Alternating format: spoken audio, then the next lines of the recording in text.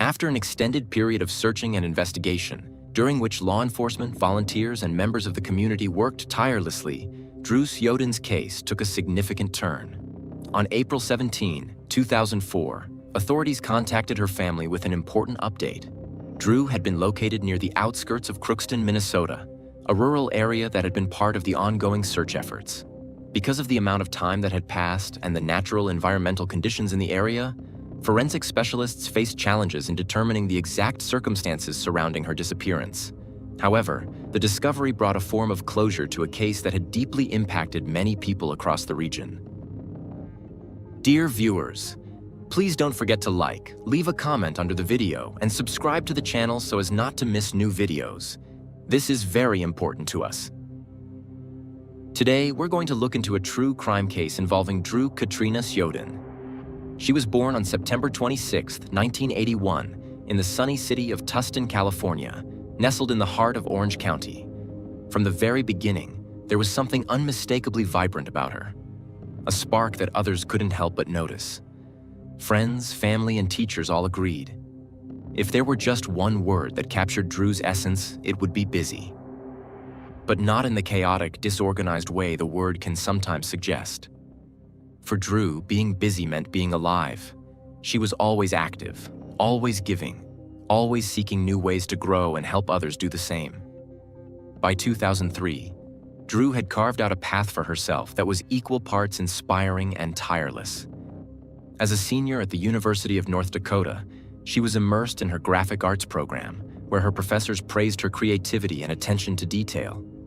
Her academic record was impressive. She had been an honor student for years, and her time in high school had been equally notable. She wasn't just admired for her beauty, crowned homecoming queen, but respected for her kindness and compassion, which radiated in everything she did. At college, Drew joined one of the campus sororities, where she formed close bonds with her sisters and further expanded her support network. Despite the demands of her major, she worked 2 part-time jobs and somehow still found time to volunteer with various local organizations. She dedicated countless hours to helping young children, teaching kindergarteners how to read, organizing activities for after-school programs, and raising funds for charitable causes ranging from literacy efforts to health awareness campaigns. To those around her, Drew seemed unstoppable, but not in an overwhelming way. She simply had a heart that couldn't stand still when someone needed help. Her brother once recalled a moment that perfectly captured who Drew was. When she was just 14 years old, a new student transferred into her school. Alone and unfamiliar with anyone, the girl was clearly nervous and out of place. Drew was the very first to approach her, offer a smile, and make her feel welcome. They quickly became inseparable, building a friendship that would last for years. That was Drew, someone who went out of her way to make others feel seen, valued, and loved. Athletics had always been a big part of her life too. She had played volleyball, basketball, and golf from a young age, and her competitive spirit was matched only by her enthusiasm. Still, it was the arts that truly called to her. Her creativity wasn't something she turned on and off. It was a constant current running through her life. She had an artist's eye and a playful spirit, earning her the nickname Doodles as a child because she was always sketching, taking photos, or piecing together crafts. Her stepfather once reflected, "Where most of us would see a blank page, Drew saw color, texture, depth. She had a vision that most people only dream about." On Saturday, November 22, 2003, Drew was working a shift located in the Columbia Mall in Grand Forks. It was a typical late fall afternoon in North Dakota, chilly, with winter whispering just around the corner. Her shift ended at 4 p.m., and like many college students squeezing the most out of every hour, she lingered at the mall to do a bit of personal shopping. She found a purse for her mom that she was thrilled about. It was not only cute and stylish, but she had managed to score a great deal by combining a discount with a gift card. Drew was the kind of person who got genuine joy out of small wins like that. Around 5 p.m., she called her boyfriend, Chris Lang, who was also a student and graphic design major. The two had been dating for about 5 months. As she chatted happily with him about her find, she walked toward her car in the parking lot. It was cold, and Drew had another shift to work later that evening, so she was moving quickly. But just as she reached her car, Chris heard something unexpected. Over the phone, he heard Drew say something like, "Okay, okay," followed immediately by what sounded like, "Oh my God." Then, silence. The call ended abruptly. Chris, who was carrying boxes at the time and had the phone pressed to his ear with his shoulder, paused. At first, he wasn't alarmed. He figured maybe the call had dropped, or that Drew had simply lost signal. She was on a schedule, after all, and needed to get ready for her next job. But as time ticked by and he didn't hear from her again, a quiet concern began to grow. At 7:40 p.m., his phone rang again. It was Drew's number. He picked up immediately, but what he heard chilled him. There were no words, just static, wind noise, and the faint beeping of buttons being pressed. The call lasted less than half a minute before it cut off. Alarmed now, Chris contacted Drew's roommate, Meg. She, too, hadn't heard from Drew, and when she called El Roco, a bar where Drew was scheduled to work her second job that night, they confirmed she hadn't shown up. That was entirely out of character. The two friends didn't wait. They contacted the police and reported Drew missing. Outside, darkness had completely settled over Grand Forks. The temperature had dropped, and snow was beginning to dust the streets and sidewalks. Police responded quickly, heading to the Columbia Mall's parking lot. The lot was nearly empty by then, with just a few employee vehicles still there. Drew's red car stood out. The inside of the car painted a portrait of a busy young woman. Bags, changes of clothes, food wrappers, notebooks. To investigators, it looked like a college student's car, not the scene of a robbery.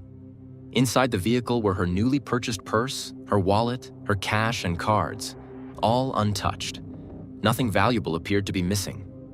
But near the left rear tire, officers found something that shifted the tone of the investigation dramatically. A black nylon knife sheath lying on the ground. This wasn't a forgotten item or a misplaced tool. This was a clue.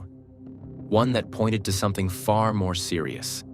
Authorities contacted Drew's father, Alan Shoden, who drove into Grand Forks immediately. When he arrived and saw the car surrounded by flashing lights and uniformed officers, the reality of the situation hit him hard. Overwhelmed, he stayed at the scene and held a quiet vigil by her vehicle. He would later describe that night as one of the most painful of his life, calling it a god-awful, terrible night etched into his memory forever. Crime scene investigators examined the knife sheath. It didn't appear to belong to Drew. Tracing its origins, they discovered it was part of a set typically sold at a national chain store called a retailer that sold a wide range of goods from tools and furniture to appliances, toys, and household items. This detail gave authorities a small but tangible lead to follow. They quickly began researching where such a knife might be sold, hoping it could lead them to someone who had recently purchased or been in possession of the set. However, despite the promising nature of that clue, the rest of the forensic scene painted a far more frustrating picture. No DNA evidence had been recovered from the interior or exterior of Drew's car. The vehicle itself showed no signs of struggle or forced entry. No broken glass, no damage to the locks, no items thrown in disarray. Her purse, wallet, and other belongings remained untouched inside. From what police could tell, it appeared Drew had been approached and taken in a span of seconds, very likely just as she reached her vehicle. It suggested her abduction had been swift, planned, and committed by someone capable of blending into a quiet evening parking lot without attracting attention. Detectives immediately zeroed in on Drew's final communications, especially the two calls she made to her boyfriend, Chris. The first was placed from inside the mall and was perfectly normal. She had just finished shopping and was excited to share the details of her recent purchase, a purse for her mother that she had gotten at a bargain. The second call, however, was far more alarming. It occurred later and ended abruptly, followed by silence. That second call, its location and context, became a crucial element in the investigation. Chris was interviewed right away and, after thorough questioning, was quickly ruled out as a suspect. Investigators found no reason to believe he had any involvement. Drew's ex-boyfriend, Adam, with whom she had shared a long 3-year relationship before meeting Chris, was also contacted. After looking into his whereabouts and relationship history, he too was eliminated from suspicion. The search continued, widening beyond immediate circles. Then came a grim discovery. About 25 miles from the Columbia Mall, under a rural bridge surrounded by dense brush and snow-dusted gravel, authorities found one of Drew's shoes. It was unmistakably hers. This confirmed what many had feared. She had been taken from the mall. With this development, the case shifted jurisdictions and escalated in scale. Utilizing cell phone data, investigators traced the location of the second phone call Drew had made, the one that ended so abruptly. The signal had originated from somewhere near Cookston, a remote area across the border in Minnesota, this triggering the involvement of federal authorities. In addition to local and state law enforcement, the FBI was now brought in to support the expanding case. With national media attention growing, the situation quickly transformed into one of the most closely followed missing persons cases in the country at the time. One investigator, reflecting on the emotional impact of the case, said, "Drew was everyone's daughter. Everyone knew someone like her, or they were someone like her. That made it personal, and people were willing to do anything to help." The community of Grand Forks responded in kind. When officials asked for volunteers to assist in search efforts, more than 1,300 people showed up, an overwhelming show of unity and support. People of all ages, backgrounds, and professions offered their time and energy. The response was driven by who Drew was, said the sheriff of Polk County. They didn't just come because it was a news story. They came because she mattered, because her story touched something deep in people's hearts. That's what kept them going, even though the cold and exhaustion. Another officer added, "It was like something you'd only ever expect in a movie. TV trucks rolled in by the dozens. There were media towers going up everywhere, crews filming day and night. For many of us in law enforcement, it was like suddenly being dropped into a world we weren't used to. Fast-paced, chaotic, and deeply emotional. In fact, the demand for updates became so overwhelming that some officials were spending nearly every waking hour fielding media requests. There were days when I'd arrive at the station before sunrise to record something for a morning show," one detective recalled. "And I'd still be there late into the night, filming something for an evening segment." The story had gone national, and with it came pressure, urgency, and hope. Drew's face was suddenly everywhere. Flyers bearing her photo, name, and description were posted on utility poles, store windows, and college bulletin boards across the region. Every student and faculty member at the University of North Dakota received email updates. Vigils were held nightly, attended by hundreds who refused to give up hope. Her presence was felt in every corner of the city. Technological support continued to aid the investigation. Drew's phone was traced to a radius of about 3 miles near the small community of Fisher, Minnesota. Remarkably, it continued to emit signals until approximately 8 p.m., several days after she had first disappeared. Whether the battery eventually died or the device was turned off manually, no one could say. But the extended activity gave authorities a focal point and hope that she may still be out there. Busloads of volunteers were dispatched from Grand Forks to Fisher every hour. The operation was massive. Teams of people walked shoulder to shoulder through open fields, combed forests, and canvassed neighborhoods. ATVs, trained search dogs, and helicopters covered vast swaths of terrain. And yet, even with the full force of human and technological resources at play, nothing else turned up. The brutal weather became an unrelenting obstacle. Temperatures dropped dangerously low, snow thickened, and icy terrain slowed progress. But the community was unshaken. Hope, it seemed, was stronger than the cold. Inside the mall, surveillance footage provided a timeline. Drew could be seen in a bright pink top, moving through stores and eventually purchasing the purse for her mother. Afterward, she slipped on her long dark coat and exited into the cold evening air. It matched the time she had called Chris, suggesting she was taken just minutes later. Unfortunately, the quality of the footage wasn't ideal. Most of the cameras were outdated, and the tapes had been reused multiple times, common practice in many malls at the time. While helpful, the footage didn't show enough to identify any suspects. Detectives were simultaneously combing through more than 2,000 leads that had poured in from the public. Each tip, no matter how small, was taken seriously.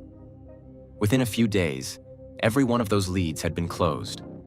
Although that helped rule out several false trails, it also meant that the team was once again facing a wall.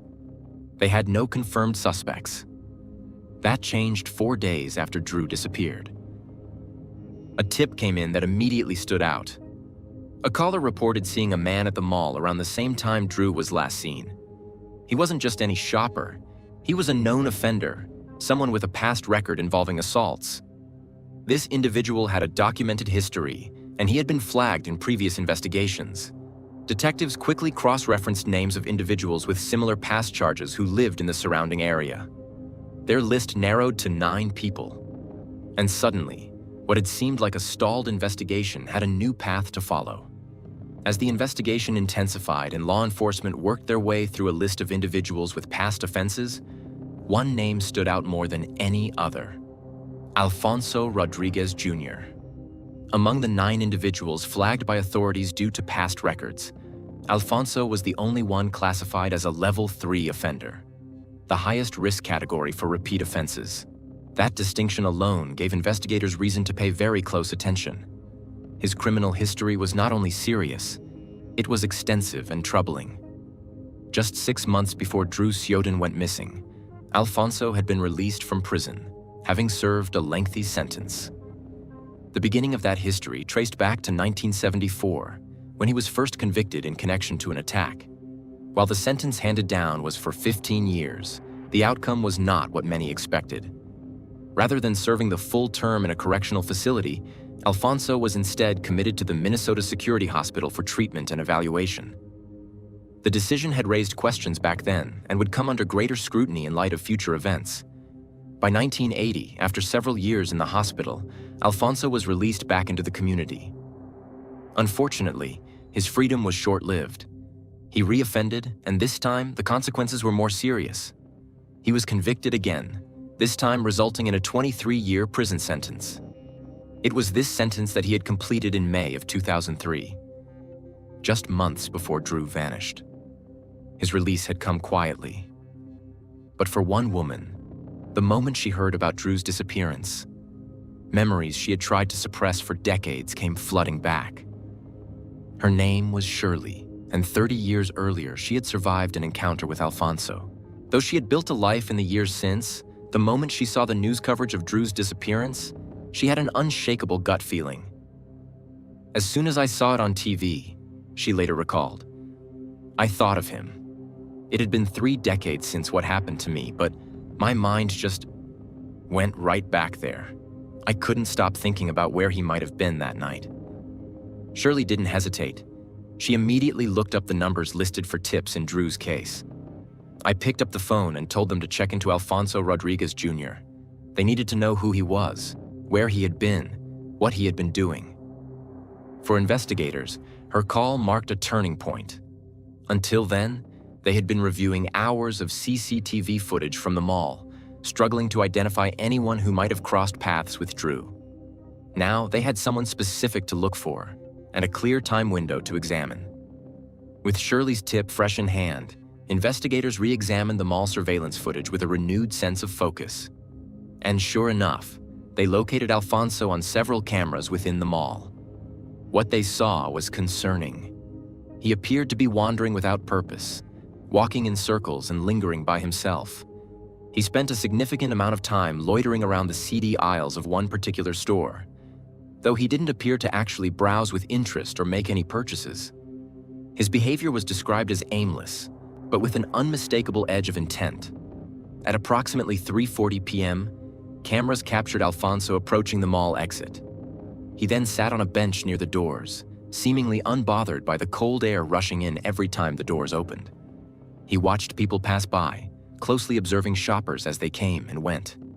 Then, at 3:50 p.m., he suddenly stood up, put on gloves, and followed a blonde woman who was pushing a shopping cart toward the parking lot.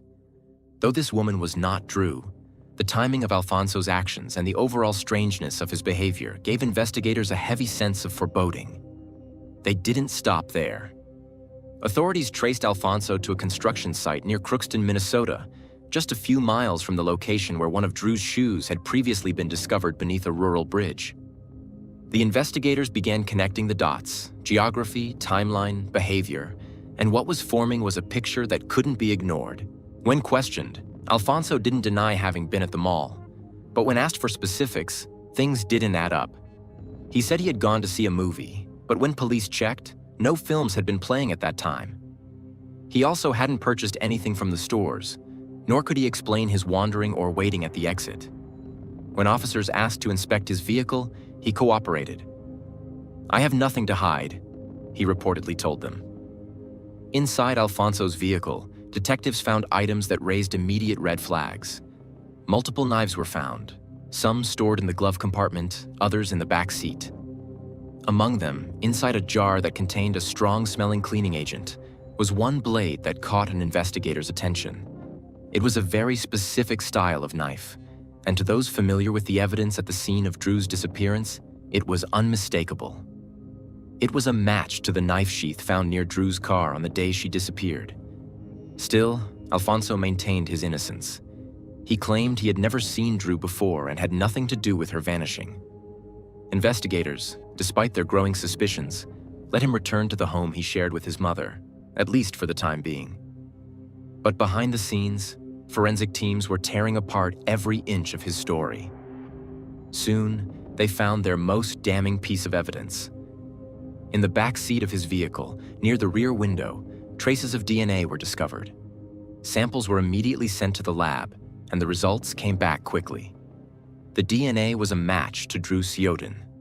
For law enforcement, the discovery confirmed their fears, and it shattered any remaining hope that this might still be a case of misdirection or mistaken identity.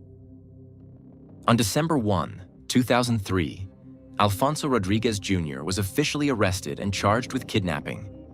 After days of uncertainty and heartache, authorities had their suspect. But as significant as the arrest was, it was also only the beginning. Drew was still missing, and Alfonso wasn't offering any help in locating her. He refused to talk. He offered no explanations, no remorse, no insight. The reality began to settle in. While they might have a name and a charge, they didn't have Drew, and they feared that bringing her home safely was no longer possible. The investigation remained at full throttle. Alongside state and federal agencies, Drew's family brought in a private investigator to keep the pressure on. Still, time passed. Winter deepened. The snow didn't let up. Weeks turned into months, and by the time spring arrived in 2004, the weight of the cold, literal, and emotional had taken its toll. Sergeant Mike Headland of the Grand Forks Police Department was among those who never gave up. A father of 3 daughters himself, he often imagined what Drew's family must be going through. "I kept thinking, if this were my child, what would I want from those working the case?" he said. "I'd want them to be on every broadcast, every TV segment. I'd want them to do whatever it took to reach that one person out there who might have the missing piece. That's how I worked." After months of searching, countless sleepless nights, endless prayers, and an entire community rallying in hope, the call that Drew Syoden's family had dreaded finally came. On April 17, 2004, a voice on the other end of the phone delivered the news they feared most. Drew's had been found, just outside the small town of Crookston, Minnesota. The discovery was heartbreaking, and for her loved ones, the pain was profound. Due to the passage of time and environmental exposure, it was difficult for forensic experts to confirm certain details. Although devastating, the discovery brought a form of closure. For Drew's father, Alan Syoden, it was a complicated moment, one where anguish met acceptance. "It was an absolutely horrible day," he said quietly, but it was also a day of relief. We finally knew. After months of not knowing, this painful confirmation ended the search, though the grief only deepened. Her funeral was finally able to be held, and it was both somber and deeply emotional. Friends, family members, classmates, and community members packed into the church to say goodbye to a young woman who had become a symbol of hope and heartbreak. Chris was among them all, Drew's boyfriend at the time of her disappearance, and Adam, her ex-boyfriend of 3 years. The two men had developed a mutual respect and a quiet bond during the agonizing search. They had supported each other through the uncertainty and stood united in mourning. Because Drew had been taken across state lines, from North Dakota to Minnesota, the case was escalated to the federal level, making it a matter of national law. That shift opened the possibility of charges that could carry the death penalty. In fact, this would become the first capital punishment case in North Dakota in over a century. Though the state itself did not have the death penalty, because the case fell under federal jurisdiction, the possibility became very real. The man at the center of the investigation, Alfonso Rodriguez Jr., was formally charged with kidnapping resulting in death, a charge eligible for capital punishment under federal law. He entered a plea of not guilty, and over the next months, he underwent a battery of mental health evaluations. The defense hoped to show he was not legally responsible due to mental illness, but after extensive testing and analysis, experts determined that Alfonso was mentally sound at the time of the crime. Furthermore, he was deemed fully competent to stand trial. In August 2006, after a lengthy and emotional trial, a jury unanimously convicted Rodriguez of the charge. The verdict was clear, the evidence overwhelming. He was sentenced to death and was transferred to a high-security federal prison in Indiana to await execution. But the story did not end there. For years following his conviction, Rodriguez pursued the appeals process. His case continued to move through the court system, one motion at a time, one hearing after another. In 2011, during one of these appeals, Alfonso made a partial admission of guilt. Speaking with a court-appointed psychologist, he acknowledged his actions, although he claimed that he had confused Drew with someone else, a student he believed he had seen before. He described entering a dissociative state, one in which his memories blurred and panic set in. "I wasn't even fully aware of what I was doing." However, this explanation didn't hold up under scrutiny, and the appeal was denied. Then, in 2013, another shift occurred. Rodriguez, now firmly settled on death row, finally confessed fully and without qualification. He admitted that the crime was not accidental, as he had long claimed. The attack had been intentional. A truth that many already believed was now confirmed in his own words. As part of his ongoing legal efforts, a 416-page motion was filed in U.S. District Court in Fargo, North Dakota. In this massive document, two medical experts who had interviewed Rodriguez concluded once again that he was not legally insane at the time of Drew's death. The filings also included a detailed timeline and harrowing insights into the nature of the crime. Though not graphic in nature, the details painted a clearer picture of what had happened and left no room for ambiguity. Rodriguez's attorneys continued to push forward. His legal team expanded with 4 new attorneys, 2 of them based in Minneapolis, joining the fight to overturn the conviction. His argument, at its core, was that he had been wrongfully convicted due to errors in how the trial had been handled. The motion cited multiple concerns, including misleading testimony from the coroner, ineffective assistance of counsel, and a failure to fully explore an insanity defense. The appeal was filed under a legal process often referred to as a death row prisoner's last resort. Drew's family, however, saw things differently. Her mother, Linda Walker, made her feelings crystal clear. She stated she had no desire to read the hundreds of pages in the legal brief. "It changes nothing," she said. "He's doing this for himself. It's not about remorse. It never has been." She added, "He's an evil person, and evil people tend to grab at every opportunity to put the spotlight on themselves. He doesn't want to be executed, and he'll do whatever it takes to stop it." Years passed, but Rodriguez continued to file appeals and challenge the system. Then, in a stunning turn of events, a ruling came in 2021 that shocked the Sjoden family, the investigators, and the entire state. A federal judge overturned Rodriguez's death sentence, citing multiple violations of his constitutional rights during the original trial. Among the factors in the decision, the coroner's testimony was found to be misleading. His defense attorneys had failed to properly present evidence related to his past trauma and mental health. The court recognized evidence of severe post-traumatic stress disorder, which had not been adequately addressed. Bob Heels, the private investigator hired by Drew's family during the initial search, expressed what so many were feeling.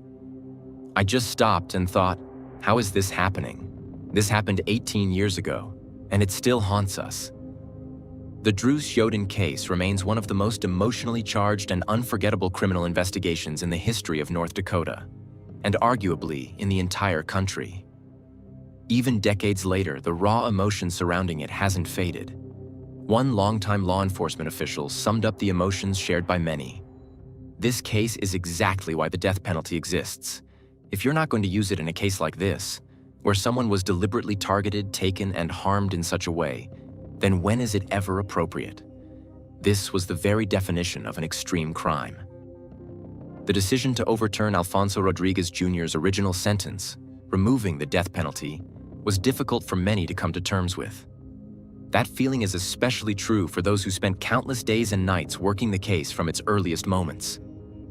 "In my 37-year career," he continued, "this is the one that sticks with me the most. It's something I'll absolutely never forget. What he did, it's something most people can't even begin to imagine. It was so senseless, so devastating. Honestly, this should have been over a long, long time ago. Yet, justice has taken a different shape. On May 18, 2023, after years of appeals, court filings, and federal motions, Alfonso Rodriguez Jr. was officially resentenced, this time to life in prison without the possibility of parole. He will spend the remainder of his life behind bars, with no chance of ever being released. That same year marked a powerful and sobering milestone. Wednesday, November 22, 2023, officially marked the 20-year anniversary of the day Drews Yoden was last seen. The day she vanished from a shopping mall in Grand Forks, North Dakota, igniting a search effort that would evolve into one of the most widely followed cases in the nation. But Drews' legacy isn't only preserved through memories and classroom conversations. It lives on through concrete, meaningful change. Her disappearance and the tragedy that followed helped spark federal legislative action aimed at making communities safer across the country. In the aftermath of the case, then-President George W. Bush signed into law a powerful and unprecedented public safety initiative known as Drews Law. This legislation led to the creation of the National Offender Public Registry, a centralized database designed to give the public access to information about registered offenders nationwide. The registry allows families, schools, and law enforcement to stay informed about offenders living in or moving to their communities. It also provides access to educational resources, Q&A materials, and tools for reporting suspicious activity, making it one of the most far-reaching tools of its kind in the country. And that wasn't the only tribute to Drews' enduring spirit. To honor her memory and her passion for life, a college scholarship was established in her name, aimed at supporting students pursuing studies in the arts, particularly those interested in graphic design, just like Drew. There is also a sculpture, a beautiful tree, designed to reflect one of Drew's own drawings that now stands as a tribute to her creativity and unique view of the world. Nestled beside the sculpture is a small memorial garden, lovingly maintained by the community.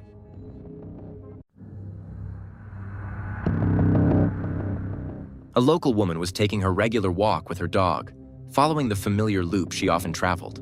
As she turned a quiet corner near Libby Street, everything seemed normal, peaceful even. But then, something caught her eye just off the main path. At first, she couldn't quite tell what she was looking at. Her mind raced, trying to make sense of the scene in front of her. Her heart began to pound as a chilling realization took hold. With shaking hands, she pulled out her phone and dialed 911. Her voice wavered as she spoke to the dispatcher, struggling to find the right words to describe what she had stumbled upon. When police arrived and assessed the scene, they confirmed what the woman had feared. It was Lauren Heike. Dear viewers, please don't forget to like, leave a comment under the video, and subscribe to the channel so as not to miss new videos. This is very important to us. Lauren Heike was born on June 2, 1993, in the serene and evergreen landscapes of Washington State, nestled in the Pacific Northwest of the United States. From the very beginning, Lauren stood out for her gentle spirit and radiant presence. She grew up in a loving, tight-knit family, surrounded by warmth, kindness, and shared values. Those who knew her best often described her as deeply empathetic, someone who was always ready to lend a hand, offer a comforting word, or simply brighten someone's day with her smile. Faith played a pivotal role in Lauren's life. She was a devout Christian, and her beliefs were the compass that guided her through the choices she made and the way she treated those around her. Her relationship with God wasn't just something private. It radiated through her daily actions, in the kindness she showed to others, and in the values she lived by. Lauren pursued her higher education at Northwest University in Kirkland, Washington, a respected private Christian university known for cultivating both academic excellence and spiritual growth. There, she studied communications, a field that aligned perfectly with her natural ability to connect with people on a deep and sincere level. While earning her degree, she also nurtured her passion for health, fitness, and overall wellness, embracing a lifestyle that celebrated both physical and mental strength. Beyond academics, Lauren was a beacon of positivity on social media.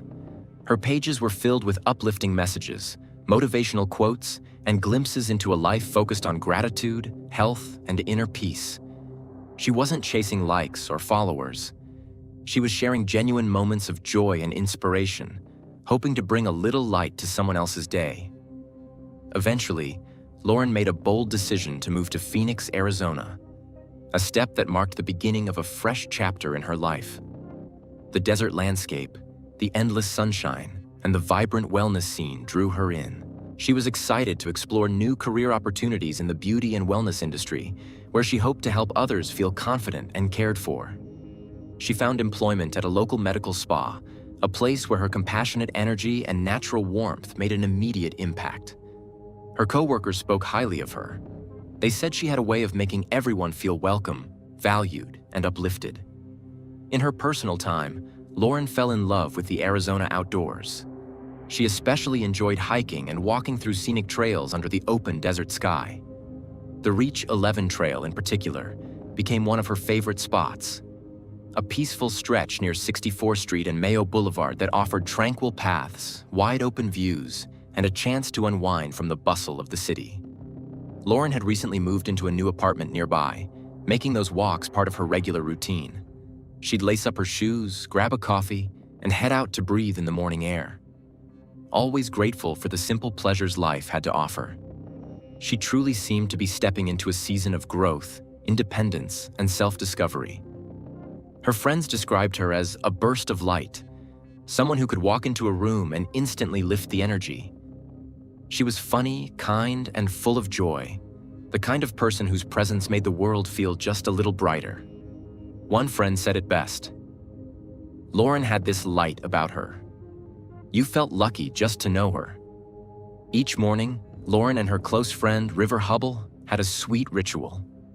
They'd call each other and share what they were grateful for that day. A simple but powerful tradition that kept them grounded and connected. On the morning of April 28, 2023, Lauren made that call as usual. She told River she was thankful to have woken up to another sunny day, to enjoy a cup of coffee, and to head out for her daily walk along the trail she loved so much. There was no sense of fear, no warning signs. Just a young woman starting her morning in peace. But that call would be the last time River heard Lauren's voice. By the following day, Saturday, April 29, 2023, concern began to grow. Lauren hadn't shown up for work, something completely out of character for her. She wasn't responding to messages or phone calls, and that silence spoke volumes. Meanwhile, around 10 a.m., the peaceful stillness of Reach 11 Trail was about to be disrupted by an unexpected discovery. A local woman who was out walking her dog was making her usual loop around the path. The sun was already high, casting golden light over the trail as she rounded a quiet bend near Libby Street. That's when she saw something unusual just off the main path. Something that made her stop in her tracks. At first, she wasn't sure what she was looking at, but within seconds, a sinking feeling set in. She quickly reached for her phone and dialed 911, her voice trembling as she tried to explain what she had found. The emergency call, later released by Phoenix police in October 2024, captured every emotional second. The caller, clearly shaken, described the scene as calmly as she could. Police confirmed that what she had found was a woman. Though the caller didn't yet know her identity, It would soon be confirmed to be Lauren Heike, who had been missing for over 24 hours since heading out on her morning walk the day before. Within minutes of that 911 call, the Phoenix Police Department mobilized a response. Officers and emergency crews arrived at the scene around 10:30 a.m., initially under the assumption that they were responding to a medical emergency, such as a hiker experiencing heat-related distress. Those kinds of calls are not uncommon in the Arizona desert, but what they encountered was something far more serious. Upon arriving at the scene, first responders expected to encounter a typical emergency call, perhaps a hiker who had fallen, twisted an ankle, or become dehydrated under the Arizona sun. But it quickly became clear that this situation was far more serious and complex. This was not a routine call for medical assistance or wilderness rescue. Instead, they had stepped directly into the early moments of what would rapidly become an intense and deeply unsettling investigation. A sense of urgency filled the air as they assessed the scene. The area was swiftly secured with care and precision, ensuring that nothing was disturbed. Within minutes, a team of detectives was on site, beginning the delicate and meticulous work of trying to understand exactly what had happened and why. As investigators combed through the evidence, piecing together the fragments of a larger, more troubling story, River Hubble grew increasingly anxious. He had been trying for hours to get in touch with his friend Lauren, someone who had never once missed their daily gratitude call, not even when she was traveling or overwhelmed with work. It wasn't like her to disappear, to not show up for a shift at the med spa where she was not just respected but adored. River knew something wasn't right. The unease he felt was more than worry. It was dread. That gut-level sense that something terrible had happened. Unable to shake that feeling, River contacted local authorities to officially report Lauren as missing. What he didn't know then was that his call came just as police were beginning to draw potential connections between the unsettling discovery made on Reach 11 Trail and the sudden, unexplained silence of a young woman whose absence had already begun to ripple through the lives of those who cared for her most. Reach 11. Trail isn't tucked away in some forgotten corner of the desert. In fact, it runs close to the vibrant and fast-moving boundary between Phoenix and Scottsdale. It's part of the everyday rhythm of the community, a stretch of natural beauty threaded through a city landscape where people go not only to exercise but to unwind, reflect, and connect with the peacefulness that nature can offer. Early mornings bring joggers pounding the dirt paths in steady rhythms, while afternoons see families walking their dogs, couples chatting, or individuals taking a moment to themselves. It's a shared space, one that fosters a sense of connection even among strangers. That's what made what happened that Saturday morning so difficult to process.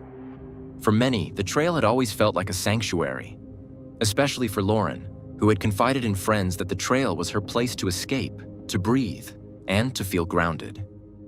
It had been, in every sense, her personal refuge.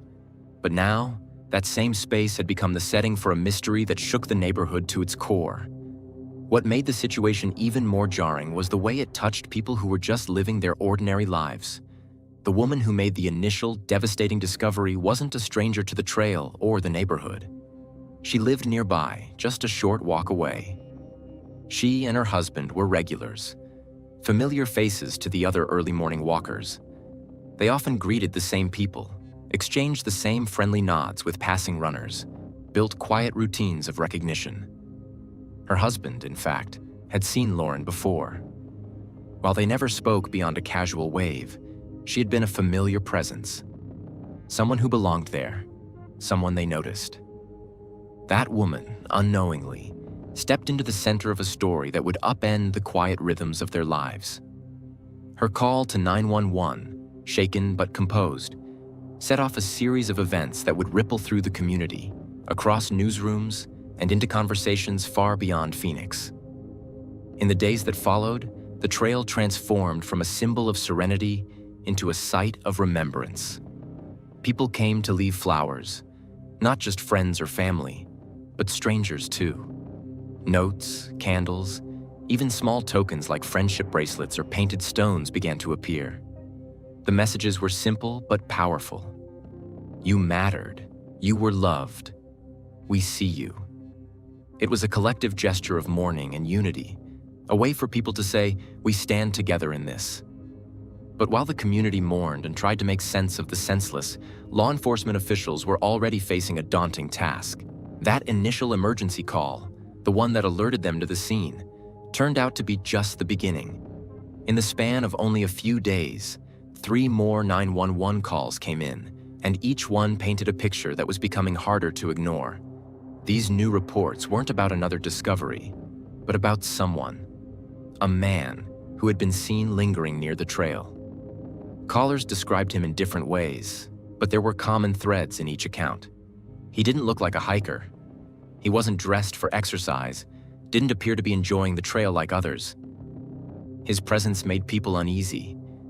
He stood out, not just because of what he wore, but because of how he moved, how he watched. Something about him felt wrong. At first, the description seemed too vague to act on. But as more calls came in, patterns began to emerge. Investigators started compiling details, from clothing to mannerisms, and realized that the reports were more than isolated concerns. They could be the missing pieces that would help make sense of an increasingly complicated puzzle. Phoenix Police Lieutenant James Hester was put in charge of the case. Known for his calm demeanor and sharp investigative instincts, Hester wasted no time addressing the public. In his first press conference, he stood before cameras and made his promise clear. They would not delay. They would not overlook anything.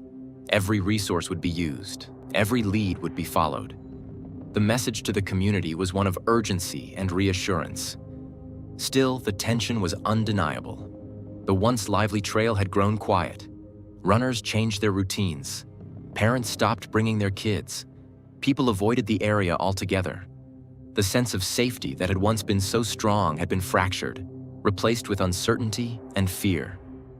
Back at the precinct, detectives were working against the clock. They began reconstructing Lauren's last known moments. Through phone records and digital timestamps, they mapped a timeline that began to offer clarity. At approximately 10 a.m. on April 28th, Lauren had spoken to River, their usual check-in. A quick exchange of gratitude, some casual updates, and well wishes for the day ahead. It was routine, ordinary, but it would later be recognized as the last time anyone heard her voice. By the next morning, April 29th, over 24 hours had passed.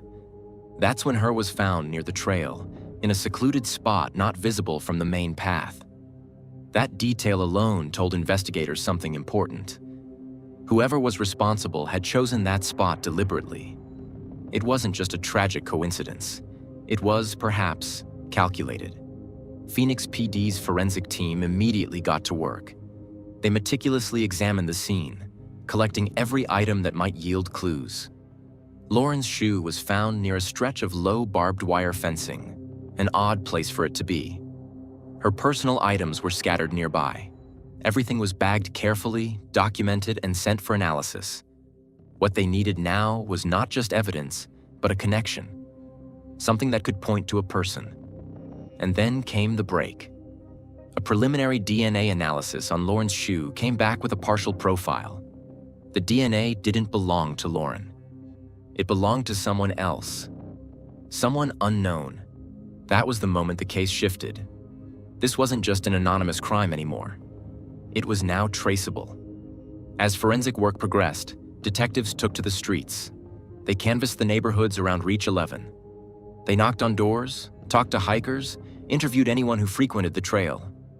That's when the other 911 calls came into sharper focus. 3 different callers had reported a man behaving strangely near the area in the days before and after Lauren's disappearance. He was described as being somewhere between 5 and 6 feet tall, wearing dark clothing and carrying a backpack. Then came a significant turn in the investigation. On May 2, detectives obtained surveillance footage from a camera positioned near the edge of the trail. The footage wasn't crystal clear, but it was enough. It showed a man running through the desert, moving fast, backpack slung over his shoulder. He wasn't jogging, he was sprinting. The timestamp aligned almost exactly with when police believed Lauren had been attacked. Police released the surveillance footage to the public, identifying the individual captured in the video as a person of interest. The images were grainy but unmistakable. A figure walking with a particular gait, wearing clothing that matched descriptions offered by earlier witnesses. His face wasn't entirely visible, but there was just enough detail to stir recognition in anyone who may have seen him before. Authorities made a strategic move by releasing the footage. They weren't accusing, not yet, but they were asking for help, urging the public to look closely and think carefully. Almost immediately after the footage aired on local news stations and began circulating on social media platforms, the phones at Silent Witness, the region's anonymous tip line, began ringing off the hook. Calls flooded in, some confident, others cautious, but many described someone eerily similar to the man in the video. One tip in particular stood out. A caller described a man they had seen not far from Reach 11 Trail around the time of Lauren's disappearance. He had been carrying a pocket knife. It was described as small, likely meant for utility, but the caller mentioned that it looked unusual, perhaps handmade or with some kind of unique emblem on the handle. Could that detail be meaningful? Investigators, though careful with their public statements, made a note of the tip. They weren't drawing conclusions yet, but every new piece of information was carefully documented and assessed. Even seemingly minor details could become critical as the case unfolded. As the investigation deepened, detectives broadened their scope and began taking a closer look at Lauren Heike's life, her habits, her schedule, and the places she frequented. They interviewed co-workers from the med spa where she worked, combed through footage near her new apartment complex, and mapped out her regular walking routes. The question began to linger in the background of every conversation. Was someone watching her? Had someone taken notice of her routines, her patterns? Or was this entire event a tragic random occurrence? Investigators refused to assume anything. They chased evidence, not speculation, and that focus guided every decision they made. On May 3, at a scheduled press conference held in a packed room at the Phoenix Police Department, Lieutenant James Hester once again addressed the media and the concerned public. This time, the gravity of the situation was even more apparent in his tone. Although he declined to release specific information regarding the suspect or the evidence collected so far, he made it clear that the case was far from over, and that every possibility remained on the table. The nature of the incident, he said, appeared impulsive, potentially random, yet there were elements that suggested a degree of intention. Hester reiterated the importance of public cooperation while promising transparency when it would not jeopardize the investigation. Behind the scenes, however, major developments were unfolding. Forensic analysts working around the clock at the crime lab had finally confirmed that a DNA sample collected from the scene had matched a profile already stored in the National Criminal Database. This was no longer just a theory. It was now a case with a concrete lead. The man was local, in his early 20s, and he fit the general physical description captured in the surveillance footage. With the suspect beginning to emerge, police chose to keep their strategy close to the chest. They didn't release the name. They didn't hold another press conference. Why? Because they were closing in, and they didn't want him to disappear. By May 3rd, the tension had reached a peak. Lauren's parents, Jeff and Lana Heike, stood beside law enforcement at another press briefing. Lana's voice trembled as she addressed the crowd and the cameras. "She was my girl," she said, barely able to finish the sentence. Her husband stood beside her, silent but steady. Her voice wavered with emotion, but her message was clear. It came from the raw place where grief meets purpose. Her words weren't rehearsed. They didn't need to be. This was a mother speaking from the depths of heartbreak, pleading for help. Of course we want the public to think about this," she began, pausing, her voice catching. "We want somebody to come forward and help us find this person." Then came a moment that silenced the crowd, the human truth at the center of this tragedy. Lauren was she was beautiful, and she was beautiful inside and out. She had such a kind heart. Everybody who met her loved her. She was super fun. She was just a sweet woman, just everything to us. She took a breath, visibly holding back tears. I talked to her every single day, at least once or twice a day, and we always texted too.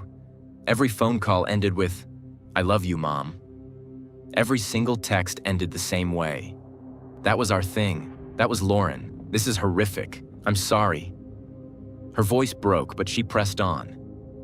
"As hard as this is for us, we're grateful.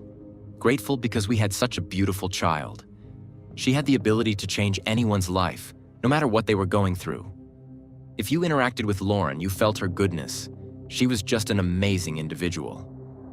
And then the final plea. One last emotional push for answers. "I just want everyone to dig as deep as you can. Think hard. If you know anything, and anything at all, any kind of detail, please come forward. Help us." It wasn't just a press conference. It was a call to action, one that would soon change the course of the investigation. Her plea didn't fall on deaf ears. In the hours after the press conference aired, new tips began rolling in. Something had shifted. People were now connecting dots. One caller reported seeing a man with a backpack who had been acting strangely near the Reach 11 trail around the time of Lauren's disappearance. Another tip came in about a local man living less than a mile from the trail who had been exhibiting odd and unsettling behavior. The person mentioned that this man had been fired from a recent job after making co-workers uncomfortable with his aggressive and unpredictable demeanor. With each tip, detectives started piecing together a clearer image, not just of a suspect, but of a pattern. The trail that had gone cold was now heating up fast. The turning point came on May 4th, just 6 days after Lauren was discovered. A probation officer reached out to detectives with a startling lead. One of his clients, a man currently on probation for past offenses, including robbery and disorderly conduct, matched the general physical description captured on surveillance footage from the trail. He lived in Scottsdale, in close proximity to the area where Lauren often hiked. The man's name? Zion William Teasley. At just 22 years old, Teasley already had a history that raised red flags. His probation officer noted that Teasley had previously been dismissed from a job for displaying aggression, which aligned with tips from callers about someone behaving inappropriately at work and around the trail. Investigators dug deeper into his background, cross-referencing his details with the forensic evidence already on hand. The DNA sample recovered from Lauren's shoe, the one that had given them a partial match day earlier, was tested again. This time, they had Teasley's file. And when they ran it, the match came back. It was a confirmation. They had their suspect. Despite the mounting evidence, Phoenix PD made a strategic decision.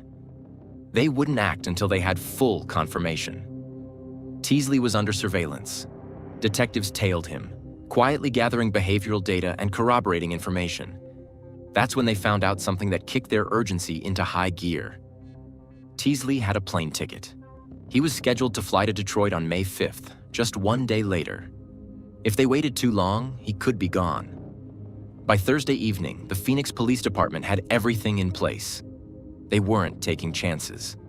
A tactical team was assembled, the strategy was mapped out, and every move was coordinated with precision.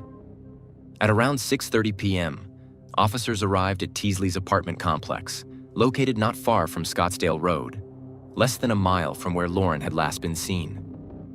Body camera footage, later released to the public, captured the final moments before the arrest. Officers knocked on his door, announcing their presence loud and clear. "Phoenix Police, open the door?" Moments later, Teasley stepped outside, hands raised, compliant. He did not resist. Officers handcuffed him immediately. The arrest, calm and by the book, took less than 10 minutes. It was a clean operation, methodical, fast, and safe. And just like that, Zion William Teasley was in custody. Who is Zion William Teasley? As the news broke, the public wanted to know more. Who was this man at the center of the investigation? Teasley, born in the year 2000, was a Scottsdale native. At 17, he had already entered the criminal justice system, having been charged with robbery and disorderly conduct, the offenses that later put him on probation and led to the tip from his supervising officer. He had also once tried to enlist in the United States Marine Corps. A statement from the USMC clarified his history. Our records indicate that Zion Teasley entered recruit training at Marine Corps Recruit Depot, San Diego, on March 25, 2019. He was separated June 17, 2019, prior to completing boot camp. Additional details are not releasable due to the Privacy Act. In other words, he never completed military training. This revelation added yet another layer to the profile detectives were building. A young man with a troubled history, behavioral issues, and now a possible connection to a high-profile criminal case. Back in 2018, when he was just 18 years old, Teasley and two acquaintances were involved in an incident that would serve as a precursor to the turbulence that followed. According to court records, the trio staged a robbery. Zion was accused of being the one who demanded cash. The case didn't go to trial. Instead, he took a plea deal. The sentence? Probation instead of incarceration. It was seen, at the time, as an opportunity for rehabilitation, a second chance, a legal crossroads where many turned things around. But instead of finding stability, Teasley's path became increasingly unstable. In the years that followed, he moved from job to job, unable to hold down steady employment. His resume reads like a patchwork of short-term positions: fast food, retail, and restaurant work. None of it stuck. When police later spoke with former coworkers, the accounts were eerily similar. People described him as unsettling, unpredictable, and in some cases, intimidating. One particular former manager at a restaurant said they had no choice but to terminate his employment in 2022 after an incident. That manager said they considered him emotionally unstable. A red flag in retrospect, and one that now seemed more troubling than ever. As the investigation into Lauren Heike's case gained momentum, law enforcement turned its attention to Teasley's living space. Officers secured a search warrant and entered his Scottsdale residence. What they discovered added more weight to the growing pile of evidence. Among the items recovered were a small, sharp pocket knife, the kind that matched details consistent with the evidence from the scene, as well as clothing and a backpack resembling the items seen in surveillance footage of the man sprinting through the street on the day Lauren vanished. These discoveries, combined with earlier DNA evidence and tipster information, painted an increasingly grim picture. On May 5th, 2023, Phoenix police officially booked Zion Teasley into Maricopa County Jail. The charges brought against him were severe and sweeping: first-degree murder, robbery, and tampering with evidence. Investigators believed that in addition to the assault itself, Teasley had taken something from Lauren at the scene, though they withheld specifics. The case had moved quickly, from a quiet trail to an arrest in less than a week. But when brought in for questioning, Teasley didn't confess. In the early stages of his interrogation, he denied involvement altogether. He claimed he had never been near the Reach 11 trail on the day of Lauren's disappearance. Detectives pushed back, presenting him with the mounting forensic and video evidence. At that point, he stopped talking. He went quiet. No admission, no explanation, just silence. Meanwhile, silent witness tips continued to come in, helping law enforcement fill in the timeline. Multiple community members reported seeing a man matching Teasley's description loitering near the trail in the days leading up to the incident. One hiker even reported seeing him in a verbal altercation with someone else on April 27th, the day before Lauren's final walk. Detectives couldn't yet say for certain, but the pattern was becoming difficult to ignore. On May 6th, 2023, Phoenix PD's Lieutenant James Hester addressed the public. Calm, focused, and resolute, he delivered the update. "We believe this was a random act," he stated. "At this time, there is no known connection between the suspect and the victim." He was flanked by Lauren's parents, Jeff and Lauren Heike, who stood quietly, their grief etched into their faces. Jeff stepped forward to thank the public for their continued support and for the tips that had helped solve the case. "It's because of you," he said, his voice steady. "We got him." For Lauren's family, the arrest marked an important turning point. But it wasn't closure. It was, at best, the beginning of what would be a long and painful road through the justice system. By December 2023, the case escalated again.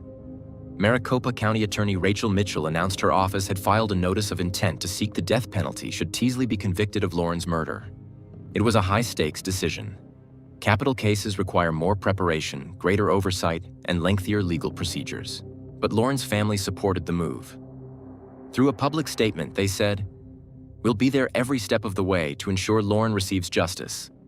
And the case didn't stop evolving there. In July 2024, prosecutors added charges linked to a separate incident from 2020, a burglary involving another alleged attack. In that case, the victim had survived, and further investigation tied Teasley to the crime. Then, on February 5, 2025, even more charges emerged. According to court documents, Teasley was formally charged with 10 additional counts connected to misconduct allegations dating back to 2019 and 2020. In one instance, he reportedly made admissions, though he has since pleaded not guilty across all of those new charges. What this series of revelations began to suggest was not just a one-time breakdown, but a pattern of behavior. From the 2018 robbery to his conduct while on probation, from workplace red flags to alleged prior incidents, the portrait that emerged was of a man unraveling over time, with instability as recurring themes. As of early 2025, Zion Teasley remains in custody, now held without bond due to probation violations. His initial bond was set at $1 million, but that has since been revoked. The legal case is ongoing, and no verdict has yet been reached. The trial is scheduled to begin on October 28, 2025, in Maricopa County Superior Court, a full 2.5 years after Lauren's life was taken. The delay is due, in part, to the complexity of a capital case and the amount of evidence involved. Prosecutors are preparing to present a case based on DNA findings from Lauren's shoe, surveillance footage of the suspect running from the trail, and witness accounts describing Teasley's behavior in the area before and after the incident. The defense, meanwhile, is expected to challenge every element, from the forensics to the timeline, including phone data, camera footage, and the items collected during the search of his apartment. Lauren's family, through it all, has remained vocal and present. In an interview aired in May 2024, Jeff and Lauren Heike reflected on the daughter they lost. "She had so much promise," Lana said softly. "We've now spent 2 Christmases without her, and every day we wait for the trial. They vowed to continue attending every hearing, every court date, every development, no matter how long it takes." In March 2020, as the COVID-19 pandemic rattled communities across the nation, a quiet neighborhood in Jupiter, Florida, faced its own unsettling mystery: the sudden disappearance of a woman. "I went to check on Gretchen because I hadn't seen her in days," recalls a concerned neighbor, her voice trembling. "When I knocked, the door was closed but not locked. I picked up this strong whiff of disinfectant, almost like someone had been scrubbing every surface. Through a crack in the blinds, the interior of the house, or what little could be seen from outside, seemed normal at first glance. But there were subtle signs of disorder: a light left on in broad daylight, a back door not quite locked, and that intangible, heavy silence. The kind that made it feel less like a family home and more like a place frozen in time. Outside, mail was piling up, a package unopened for days. For a woman who always returned calls and texts, especially to her daughter, this eerie silence was more than unusual. It was alarming. The neighbor's uneasy feeling turned to dread as she dialed the local police. A global health crisis might explain heightened anxiety, but not a vanished mother who never left her loved ones hanging. What followed was a chain of events more disturbing than anyone could have imagined. Friends, family, and authorities would soon uncover a twisted series of cover-ups and lies, all set against the backdrop of a world gripped by a new and terrifying virus. But for the people of this idyllic corner of Jupiter, one thing was clear: something terrible had happened behind Gretchen Anthony's closed doors. This tragic true documentary will be about Gretchen Anthony. Dear viewers, please don't forget to like, leave a comment under the video, and subscribe to the channel so as not to miss new videos. This is very important to us. Gretchen Anthony was, by all accounts, a vibrant and devoted mother who exuded warmth and generosity in nearly every aspect of her life, at least from the vantage points of those who knew her best. Born in the Midwest in the early 1970s, she was raised in a traditional, tight-knit family that valued hard work and community involvement. As she grew into adulthood, Gretchen found her way to Jupiter, Florida, where the promise of sunny skies and an opportunity to build a prosperous life beckoned. Soon, she was carving out a name for herself in a social circle that spanned local business gatherings, charity functions, and casual weekend barbecues with friends who quickly grew to admire her upbeat personality. She had a knack for making those around her feel seen and important, whether they were old high school pals who reconnected with her on social media or new acquaintances met at a local gym. What people remember most, however, is her unflagging devotion to her daughter, a bright spark in Gretchen's life who remained her utmost priority. If she wasn't at a yoga class or volunteering at a local charity event, she could usually be found cheering from the sidelines at her daughter's school activities, proud and ever supportive. Colleagues, gym acquaintances, and casual friends alike knew how proud she was of her daughter's achievements. She was the kind of parent who always had a congratulatory balloon at the ready, always cheering from the sidelines, even if it meant juggling her busy schedule. Yet as much as Gretchen's life appeared full of promise and optimism, it carried the quiet struggles that often accompany a divorce and the complexities of moving on from a broken relationship. Her divorce was difficult, says one close friend, but she was determined to keep the peace in her home, especially for her daughter. By early 2020, she had begun speaking of a fresh start, tossing around ideas of traveling once it was safe, and making small plans that hinted at a new chapter she was eager to begin. Then, almost imperceptibly at first, the world was rocked by the emergence of a novel coronavirus, which seemed to transform normal, everyday routines. In March of that year, as countless headlines were filled with stories about the spread of COVID-19 around the world, those caring for Gretchen had far more pressing concerns. She wasn't answering calls or text messages, and no one seemed to know where she was. This abrupt silence, from a woman so deeply connected to her community and known for her unwavering communications with her daughter, set off immediate alarm bells among her closest friends and family. The exact date when anyone realized something was terribly amiss is not entirely clear, because in the earliest days of that fateful month, Gretchen's family members and confidants received a series of text messages they believed were from her. These messages claimed she had tested positive for COVID-19 and was being taken to a medical facility for urgent treatment. In the midst of a rapidly unfolding global health crisis, such news felt both alarming and, at face value, believable. Still, some of her nearest and dearest found the suddenness peculiar. They knew she had not mentioned feeling particularly unwell beforehand, and the tone of the texts didn't quite match her normal speech pattern. Moreover, Gretchen tended to be meticulous in how she reached out to relatives and always offered plenty of details, typically providing regular updates on her daughter's day-to-day or the simple joys of life, like a new yoga class she intended to join. These cryptic messages, devoid of her usual warmth and reassurance, raised eyebrows but didn't immediately provoke panic. It was, after all, the beginning of a pandemic, a time when confusion, conflicting reports, and half-truths about medical care became part of the national conversation. Perhaps she really was isolated, some of her family members speculated. The complete lack of evidence, coupled with her continued silence, reinforced the feeling that something was seriously wrong.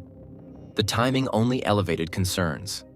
Spring break was approaching for school children, and Gretchen's plans to spend quality time with her daughter, though complicated by the spread of COVID-19, were not the sort of commitment she would casually disregard. Friends recalled that whenever Gretchen had set a plan in motion, particularly when it involved her daughter, she stuck to it. More puzzling still was that her beloved SUV, a vehicle she prided herself on keeping in good shape, remained missing from her usual haunts. When a couple of her neighbors from the idyllic Abacoa community in Jupiter decided to check on her townhouse, they found it eerily quiet. Gretchen had never been one to vanish for days without telling anyone, so by the time these neighbors realized no one was home and saw that her mailbox was stuffed with letters, they contacted the police for a welfare check. The interior of the home, or what little could be observed from the outside, seemed normal at first glance, but there were hints of disarray. Lights left on in broad daylight, a back patio door not fully secured, and that intangible, heavy stillness that made it feel less like a family dwelling and more like a place frozen in time. When officers finally entered to conduct a formal search, they were confronted with a chilling contradiction. The space appeared sanitized on the surface, tables wiped clean, floors seemingly freshly mopped. but the distinct scent of cleaning chemicals lingered in the air. Friends and loved ones insisted this was peculiar. While Gretchen valued tidiness, she was not one to maintain a near-sterile environment without good reason, especially if she was unwell or pressed for time. Here and there, certain details stood out. A rug was oddly shifted in the living room. A stray wipe container was left on the kitchen counter, and one entire area seemed like it had been recently scrubbed with a level of intensity that felt out of place for a daily chore. Taken separately, each observation might not be significant, but together they painted a picture that hinted something more ominous had transpired. Despite these misgivings, there was no definitive sign of a forced break-in or ransacked rooms, so the sense that Gretchen had simply walked out or vanished quietly left investigators scratching their heads. Police officers attempted to track her digital footprints and phone signals, but the devices that might have provided swift answers remained dormant or untraceable. By mid to late March, calls to local police departments increased as acquaintances who hadn't heard from Gretchen for days dialed in to report her missing. The local rumor mill churned faster than ever, fueling both speculation and worry in a close-knit town battered by pandemic-related anxieties. Yet the real emotional turmoil was reserved for her family, who, upon re-examining the suspicious text messages supposedly sent by Gretchen, believed that someone else might be orchestrating a cover story. The more time that passed, the more apparent it became that Gretchen's claim of being hospitalized with COVID-19 may have been fabricated to buy time or quell suspicion. In a matter of days, her once routine life had transformed into a perplexing question mark, one that overshadowed the broader uncertainties of the world beyond Jupiter's city limits. Community members helped put up missing person flyers, posted pleas on social media, and discreetly tried to glean information from anyone who might have crossed paths with her in recent weeks. As the calendar crept forward and law enforcement delved deeper into the last confirmed sightings of Gretchen, unsettling whispers began circulating about the sometimes fraught relationship she shared with her estranged husband, David Anthony. Though many in their circle knew little about him beyond the barest facts, he was a fitness instructor, known for his gregarious manner and tall frame. There was an unspoken tension surrounding the couple's final months together. By that point, rumors were swirling, but clarity was scarce. To her closest confidants, Gretchen had offered glimpses into her concerns about the marriage, yet she still tried her best to safeguard her daughter from marital discord. It was the dissonance between that quiet resolve and her abrupt disappearance that truly unsettled everyone who knew her. No matter the trials she faced, Gretchen always maintained some semblance of contact with her family. For her to sever those ties so abruptly suggested that something beyond her control had taken place. Still, there were no concrete answers, only the heavy cloak of uncertainty that fell over those who cared about her. In the swirl of mounting dread and unanswered questions, the national health crisis functioned almost like a smokescreen, allowing weeks to pass without the typical thoroughness that might accompany a missing person case under normal circumstances. Hospitals were swamped, travel was restricted, and the focus of emergency services was largely consumed by an invisible, rapidly spreading threat. This made the details around Gretchen Anthony's disappearance feel even more surreal. However, her family and friends refused to let the case slip through the cracks. In the days after Gretchen Anthony's disappearance, as friends and family clung to the hope she might reappear, a darker possibility took shape in hushed conversations and worried glances. The unsettling clues left behind, lingering cleaning products, contradictory signs of both order and chaos, were ominous enough on their own, but it was Gretchen's estranged husband, David Anthony, who soon occupied the spotlight of suspicion. By most accounts, the couple's relationship had been under strain, and divorce proceedings had been in motion for some time. In a community where neighbors watched who came and went, it seemed unlikely that Gretchen would have freely let David back into her life without someone noticing. Still, people recalled David's engaging, personable side. He was a fitness trainer, often energizing clients toward self-improvement, and some saw him as charming when he wanted to be. Yet beneath that facade, rumors hinted at controlling tendencies, mood swings, and simmering resentments in the wake of the separation. The pandemic, which was already disrupting routines everywhere, may have provided cover or intensified underlying tensions. In a matter of days, David became the person detectives most wanted to speak with, both to clarify Gretchen's last known activities and to address the cryptic texts that had supposedly come from her phone. Investigators interviewed people in her circle, documenting details about her recent interactions. More than once, David's name came up in the context of odd sightings at her townhouse. Neighbors recalled hearing a heated argument, or perhaps screams, one early morning in March. At first, such noises might have been dismissed as routine domestic disputes, but in hindsight, they felt far more ominous. One neighbor found it strange that David's truck had been parked at Gretchen's place if she herself was absent. That haunting mental image only grew more disturbing once the time of the disturbance aligned with Gretchen's abrupt disappearance. As talk spread among the tightly knit suburban community, people began connecting dots that led straight to David. From a law enforcement standpoint, it was standard procedure to scrutinize someone so closely tied to the missing individual. For decades, homicide investigations have taught detectives that the person nearest to the victim often demands the closest look. That principle, combined with signs of a staged cover-up, made David the prime focus. Multiple attempts to contact him for a formal statement failed. Phone calls went to voicemail and messages were left unanswered. His typically active social media accounts, once used to highlight fitness advice and personal updates, went silent. At a time when many people were sharing concerns or personal reflections about the spreading pandemic, David's virtual absence struck investigators as significant. Checking his last known address, they found he had vacated the premises without informing various acquaintances. It was as if he had vanished, just as Gretchen had. Digging into Gretchen's financial records, phone logs, and any digital footprints, investigators began noticing glaring inconsistencies. Pings from her device placed it in spots that made little sense, given the story of hospitalization suggested by her texts. If she was supposedly quarantined, why had her phone signal shown up near her home at hours she claimed to be under medical supervision? Further scrutiny uncovered hints that David had been complaining about the divorce and venting about perceived unfairness in their finances. One acquaintance recalled a chilling conversation where David ranted that the world was on the brink of chaos, implying it might be a convenient time for someone to disappear. At the time, this talk sounded like idle frustration. Now it took on a far more sinister edge. One close friend remembered Gretchen mentioning that David had unexpectedly appeared at her home about a month before she disappeared. Gretchen had expressed unease, worried David might be surveilling her. She even considered installing additional locks or cameras, though she hesitated, not wanting to inflate the tension. Suspicions were heightened when police interviewed a friend of David's, a man who seemed wary of speaking ill of a man he once considered a friend.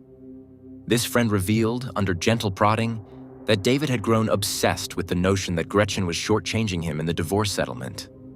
David reportedly claimed that he had sacrificed career opportunities for the sake of the family, insinuating that Gretchen owed him. Of course, divorce disputes can be fraught, but the friend recalled David's tone as particularly dark and paranoid. He said something like, "No one's going to take advantage of me again, not even her," the friend admitted, looking uncomfortable. I remember thinking, he sounds almost dangerous. Local reporters, some newly reassigned from oversaturated pandemic coverage, began to dig into public records. They discovered glimpses of David Anthony's past that underscored his unpredictability. A few articles cited prior legal disputes involving David. Nothing quite so serious as assault convictions, but enough to suggest a pattern of short tempers and confrontational behavior. In one instance, he'd been involved in a dispute with another fitness trainer over clients. Police were called, though no charges were ultimately filed. Another time, David was said to have stormed out of a local civic club meeting after an argument that led to shouting in the parking lot. These earlier incidents, while minor in isolation, fed the evolving narrative that David might have had a darker side few truly knew. At the same time, new witnesses began to trickle in with tidbits of information. One of Gretchen's co-workers from a previous job reached out to detectives, recalling a social event where David had apparently lost his temper in an embarrassing fashion.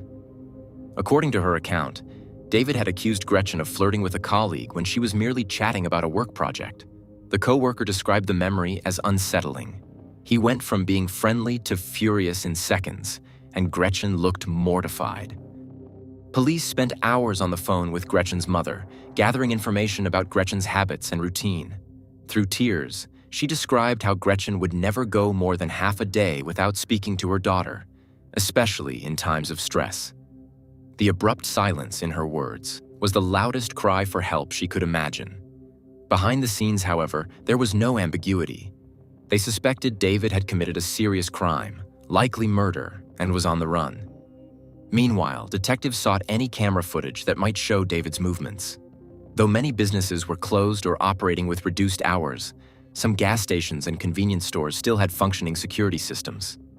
Eventually, after scouring through countless hours of camera footage from highways and intersections, they managed to confirm that David's vehicle had traveled through Georgia. His license plate had been picked up by a camera near a rural exit, an unlikely route for casual travelers. Authorities in Georgia were alerted, and an all-points bulletin went out for David's truck. With David apparently fleeing, the case escalated from a local search to an interstate effort. Warrants were drafted, and agencies in other regions were alerted to be on the lookout for him. This development served only to deepen the sense that David knew more about Gretchen's vanishing than he was admitting. Rumors swirled about David's history of unpredictable behavior. Some people who had dined with the couple spoke of times he'd displayed flashes of anger. Even so, few had imagined he might be capable of true harm, especially toward Gretchen. She had tried, by all accounts, to keep the divorce as civil as possible for her daughter's benefit. Investigators analyzed phone records for both Gretchen and David, noting how his device repeatedly placed him in the vicinity of her townhouse during crucial dates. Moreover, data indicated he'd accessed or used her phone after her last confirmed sighting. That discovery, coupled with neighbors' recollections of possible screaming, created a worrisome timeline. Something dire seemed to have happened under the roof of Gretchen's home, and David might have tried to mask it by sending out those misleading text messages.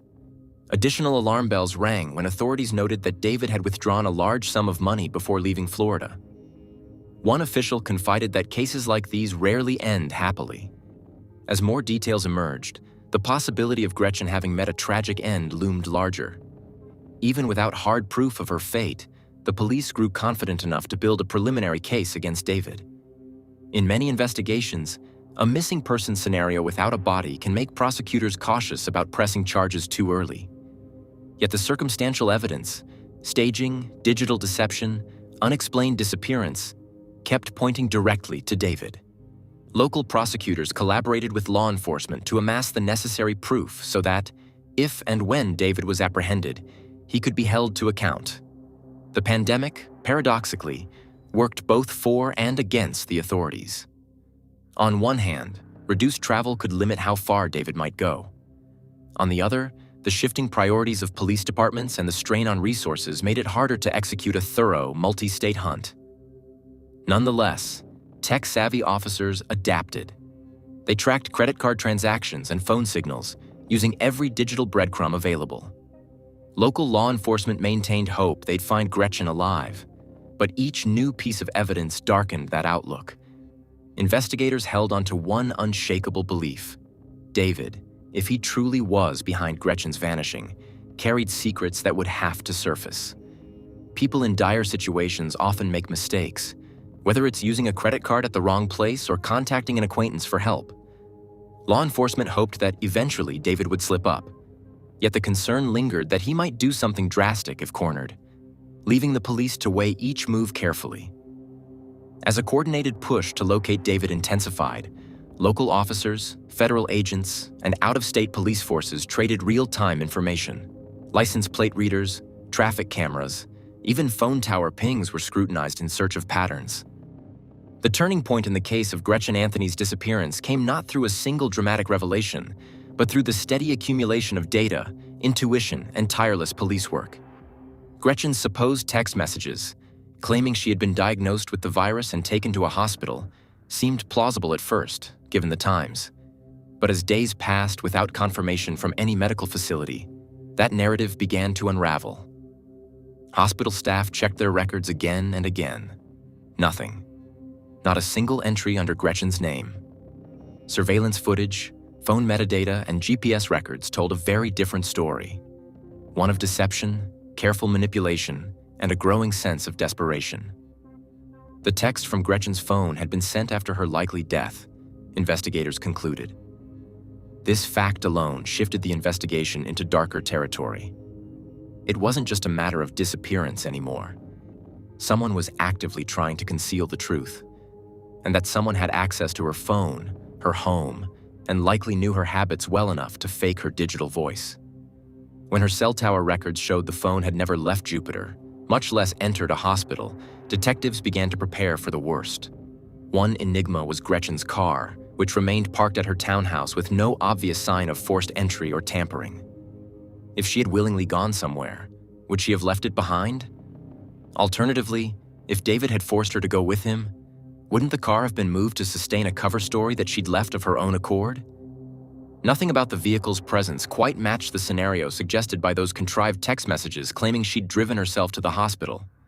Police impounded the car and searched it meticulously, checking the trunk, the seat crevices, under the mats, and even the engine compartment.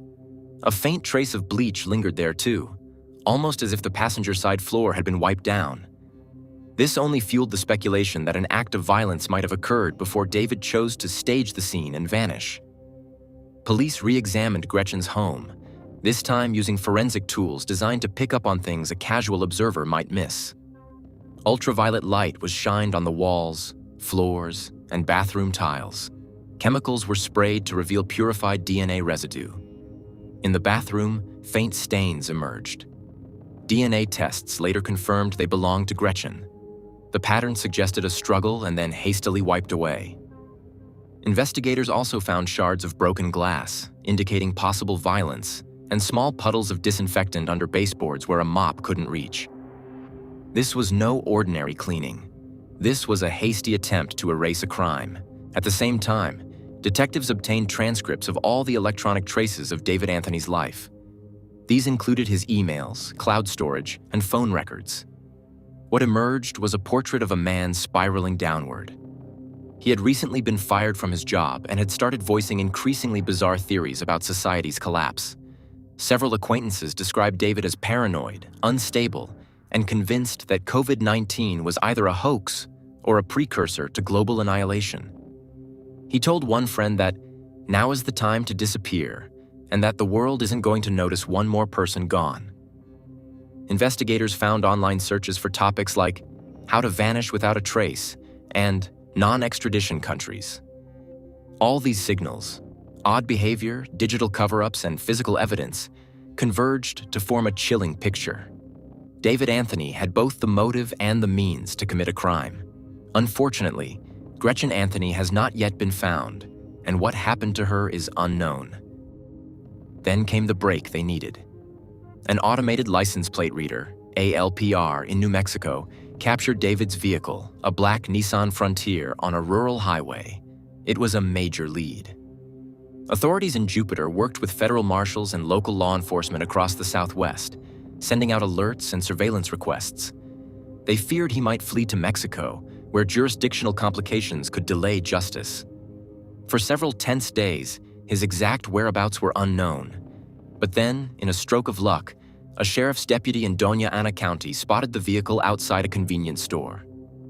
The arrest was calm and unexpected. David, gaunt and visibly exhausted, surrendered without resistance. But his appearance was telling. Unkempt, sunburned, and carrying an expression that detectives would later describe as numb resignation. Inside his vehicle, they found a troubling assortment of supplies. Burner phones, rolls of cash, gloves, duct tape, survival gear, and maps. Not a trace of remorse, not a sign that he was ever planning to return. This was a man in flight, from justice, from reality, perhaps even from himself.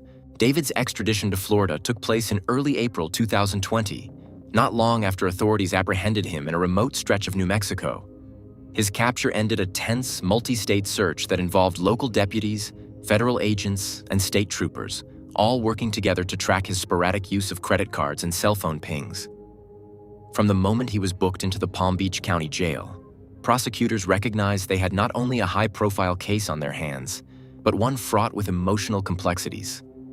The public already knew the broad outlines: a missing woman, a frantic investigation, and a suspect who'd fled in the midst of a global pandemic. What remained was a more daunting task: proving the extent of David Anthony's guilt in a court of law. Early on, the prosecution recognized the necessity of compiling every thread of evidence. Detectives had assembled a tapestry of digital forensics, witness statements, and physical clues recovered from Gretchen's townhouse. One of the pivotal steps occurred the night investigators first gained full access to her home. Outside the townhouse, forensic technicians painstakingly examined refuse bins, drainage areas, and even the trunk of Gretchen's car. They discovered a single latent fingerprint, later matched to David, on a plastic bag believed to contain cleaning rags. While this wasn't conclusive proof of his guilt, after all, he had every reason to touch items in her home in the past, it supported the growing narrative that he had recently and surreptitiously staged the scene. Digital evidence played a monumental role. The investigative team correlated data from Gretchen's phone carrier with David's known locations. Through cell tower triangulation and Wi-Fi logs, they discovered that both phones were in the same vicinity during hours when Gretchen had supposedly been at the hospital undergoing COVID-19 treatment. Prosecutors made a calculated decision to file charges of second-degree murder and kidnapping, both severe offenses under Florida law. Although the legal team faced public pressure to consider first-degree murder, they understood the limitations posed by a body that, at that time, remained missing. Absent a definitive cause of death, a premeditated murder charge might prove harder to secure at trial. The state attorney's office weighed these concerns carefully, balancing the community's outrage against the need for a case that could withstand the rigors of cross-examination and the strict standards for conviction. As the legal process advanced, David Anthony's attorney began discreet talks with prosecutors. These conversations were driven by a single stark reality. David's continued denial could result in him facing a full jury trial with the potential for a life sentence or even the death penalty, depending on how the case evolved. The prosecution possessed a mountain of circumstantial evidence, and David's fleeing the state suggested consciousness of guilt. But without Gretchen's remains, the road to a definitive guilty verdict for murder was not guaranteed. A jury might harbor doubt about whether a death had actually occurred, allowing a skilled defense lawyer to argue for manslaughter or a lesser charge. The situation changed decisively when David's attorney contacted the state attorney's office, offering a plea deal. The proposal was straightforward. In exchange for a reduced charge and a defined prison sentence, David would divulge the location of Gretchen's body and provide a formal confession. This offer was not made lightly. In Florida, as in many states, the discovery of remains is a watershed moment in such cases, allowing the medical examiner to determine the cause of death and cement the timeline of events. Her grieving family, desperate for closure and exhausted by months of anxious speculation, was consulted at every step. After intense deliberation, and with the overriding desire to lay Gretchen to rest properly, they agreed to the terms. That decision set the stage for a confession that would lay bare the tragedy. Under the terms of the plea, David appeared in open court for his allocution, a formal admission of guilt under oath in front of the presiding judge, prosecution, and onlookers. Court documents and eyewitness accounts describe David's demeanor as unnervingly calm. He admitted to confronting Gretchen in the bathroom of her townhouse over what he perceived as her betrayal and ongoing divorce proceedings. After realizing what he had done, David explained how he staged the COVID-19 text messages to create a plausible disappearance narrative, hoping that the pandemic chaos would buy him time. In late May 2020, David Anthony led detectives to a shallow grave behind a vacant office building in Palm Beach Gardens. Inside, they found remains that were later confirmed by dental records and DNA to belong to Gretchen's. Medical examiners proceeded with a thorough post-mortem analysis, which corroborated signs of lethal trauma consistent with David's confession. When it came time for sentencing, the judge made a point of highlighting the gravity of David's conduct. Though the plea deal spared him from a potential life sentence or the death penalty, it still carried severe implications. The court imposed a 38-year prison term, effectively ensuring that David Anthony would spend the majority of his life behind bars. He received credit for time served, but the structured sentence allowed little prospect for early release. That balance, harsh punishment without reaching the uppermost threshold, was in keeping with the plea arrangement that had revealed Gretchen Anthony's resting place. David Anthony showed no emotion during sentencing, no apology, no explanation. That morning, Investigators made the decision to return to the house, this time with fresh eyes and renewed focus. They realized something might have been missed during the initial search, so they expanded their attention beyond just the living areas to include the outbuildings on the property. One utility structure in particular caught their interest. In the basement, inside an ordinary trash bin, they made a surprising discovery: a used napkin. On its own, it might not seem like much, but in an investigation where every detail counts, it stood out. Nearby, they found something even more significant: biological evidence on one of the rugs. During interrogation, the suspect eventually cracked. Pressured by the mounting evidence, he revealed crucial information, the kind that changed everything. Thanks to his confession, investigators were finally able to determine Jessica's location. Dear viewers, please don't forget to like, leave a comment under the video, and subscribe to the channel so as not to miss new videos. This is very important to us. In this documentary, we'll explore the real-life case of Jessica Padet. She was born on a clear December day in 1980 in the heart of Allentown, Pennsylvania, a town known for its quiet charm and tight-knit neighborhoods. From an early age, Jessica stood out, not because she sought attention, but because of the radiant energy she carried with her everywhere she went. A devoted daughter, a loyal friend, and later, a deeply loving mother to 3 children, Jessica's life appeared, at first glance, to be one filled with joy, simplicity, and love. By all accounts, Jessica, affectionately known as Jess, was a beacon of warmth in the lives of those around her. She worked tirelessly at a daycare center in the Lehigh Valley, where she quickly became more than just another employee. Her gentle manner, endless patience, and natural ability to connect with children earned her the admiration of coworkers and parents alike. The little ones she cared for weren't just part of her daily routine. They were, in many ways, an extension of her own heart. To them, she was a source of laughter, comfort, and safety. Outside of work, Jessica's world revolved around family. She was recently married to a man named Micah Paget, and though they had only been officially husband and wife for 2 months, their relationship stretched back nearly a decade. Together, they raised their 3 children in a home full of laughter, challenges, and shared dreams. Family members and friends described the couple as a team, strong, committed, and determined to give their children the kind of upbringing filled with stability and love. Jessica had a close and affectionate relationship with her mother, Danelle, and her stepfather, Gregory. It was a bond built not only on love, but on mutual respect and support. She would often call her mother every day just to check in, talk about the kids, or share stories from work. Jessica's Facebook page offered glimpses into her world.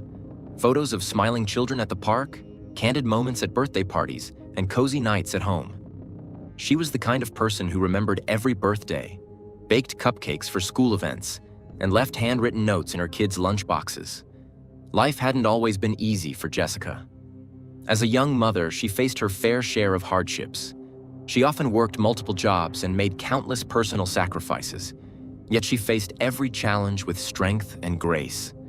She never allowed adversity to break her spirit. Instead, she turned it into motivation, fuel for a life of giving and nurturing. But behind the heartwarming exterior of Jessica's day-to-day life, there were complexities that added quiet strain. She lived in a blended family, and while she navigated those dynamics with apparent calm and maturity, not everything was as harmonious as it seemed. Nonetheless, she never let personal difficulties interfere with her role as a mother or her work with children. Her resilience, it seemed, was boundless. By late 2014, Jessica's life appeared to be on an upswing. She had a stable job she loved, a supportive family, and a new marriage. She had also begun helping out at her stepfather's business on the side, a small operation run next door to her parents' house. Life was busy, yes, but fulfilling. November 21, 2014 began as any other Friday might have. Micah left the house early in the morning, heading off to his job in construction before the rest of the family was even out of bed. Jessica, ever the organized and loving mom, followed shortly after, getting her 2 older children off to school before heading to work with her 2-year-old son in tow. They arrived at the nursery around 8:30 a.m. Like always, she greeted her coworkers with a smile and settled into her routine. Around lunchtime, Jessica let her co-workers know she'd be stepping out briefly. The fax machine at work was malfunctioning, and she needed to send some paperwork. Since her parents' home was just a short 4-mile drive away and her stepdad had a working fax at his business, Jessica decided to run the errand during her break. Her mother, Danelle, was away in Florida, and her stepfather, Gregory, was likely working in the garage or on his truck, so the visit was expected to be quick, just in and out. Jessica called Micah while on the way to her parents' house. He later recalled that she sounded completely normal. Just a little rushed, but cheerful and chatty as always. Nothing seemed out of place. But then, she didn't return to work. Her co-workers grew concerned quickly. Jessica was never late, never unreliable. When she hadn't come back after more than an hour, they began making calls. Eventually, someone reached out to Micah. He was confused and worried. He had seen Jessica that morning, kissed her goodbye, and assumed she had gone about her usual day. When her phone went unanswered, alarm bells started to ring. Jessica's mother, Danelle, still in Florida, was overcome with worry when she heard the news. She began calling Jessica's phone repeatedly, over 100 times back to back, only to reach voicemail each time. Panic set in. She booked the next available flight home. When police reached Jessica's stepfather, Gregory, at his home, he said he hadn't seen Jessica at all that day. He had been busy working outside on his truck and didn't even know she was expected. There was no sign of her car, no sign of her arrival. Authorities wasted no time. They canvassed the area and began circulating her description to local media and residents. Jessica had been last seen wearing a black sweatshirt, gray trousers, and had her hair pulled back in a ponytail. A distinctive footprint tattoo on her shoulder was mentioned in the public alerts. The community of Lehigh Valley, normally quiet and calm, suddenly found itself holding its collective breath. A beloved mother had vanished in the middle of the day without a trace. What was supposed to be a routine trip to a familiar place turned into the beginning of a mystery that no one could have anticipated. The search for 33-year-old Jessica Padet was now officially underway. Jessica Padet was last seen during what was supposed to be just another ordinary day in Northampton, a quiet town nestled in Lehigh County, Pennsylvania. It was November 2014, and the 33-year-old mother of 3 had started her morning the same way she always did, with love, routine, and a sense of responsibility that everyone around her had come to admire. She had dropped her older kids off at school, taken her youngest child with her to the daycare center where she worked, and gone about her day with her usual warm and upbeat spirit. At lunchtime, Jessica left the daycare to run what seemed like a simple errand. The fax machine at the daycare had been on the fritz, and she needed to send out some documents. She planned to stop at the Distinctive Fence Company, a business operated by her stepfather, Gregory, located near her parents' home. It was a short trip, just a few miles. A quick in and out. But Jessica never came back. Somewhere along that familiar route, she vanished. As news of her disappearance spread, the entire Lehigh Valley region began to mobilize. Local reporter covered the developing story, sharing with viewers how flyers featuring Jessica's face were appearing on light poles, in cafe windows, and outside churches and shopping centers. Her name was suddenly everywhere. A young woman, just recently married with a bright future ahead, had gone missing in the middle of the day. Her best friend, Shah, who had known Jessica for years, was stunned. She told reporters and volunteers that Jessica had been glowing with happiness in the weeks before her disappearance. Her new marriage, her kids, her job, everything had seemed to be going well. She was so content, Shah said. Genuinely happy. The idea that she would just disappear without a trace? It didn't make sense. It wasn't like her at all. Word traveled fast, especially online. Jessica's family launched a Facebook page dedicated to finding her, and within days, more than 8,000 people were following the updates, sharing information, organizing search parties, and flooding timelines with Jessica's picture and pleas for help. The community response was immediate and deeply emotional. Volunteers combed through wooded areas, fields, and roadside ditches. Others went door to door in nearby neighborhoods. It was as if the entire town was holding its breath. Once Jessica's mother, Danelle, arrived back from Florida, where she had been vacationing when the news broke, detectives paid her and Jessica's stepfather, Gregory, a visit. They weren't just checking in, they were starting to ask more direct questions. Specifically, they wanted to know about Jessica's relationship with her husband, Micah Paget. Investigators often begin with those closest to the missing person, particularly a spouse or partner, and this case was no exception. But Donnell was adamant. There was no way Micah had anything to do with Jessica's disappearance. She said she had been speaking with him constantly since Jess went missing. He was distraught, anxious, and completely engaged in the search. She had never once suspected him. It hadn't even crossed her mind. Jessica's stepfather, Gregory, on the other hand, didn't share the same sentiment. In fact, he had strong opinions, and he didn't hold back. Though he had loved Jessica like a daughter for 20 years, and she had often called him the second best dad she could have hoped for, Gregory had long been skeptical of the men Jessica had chosen.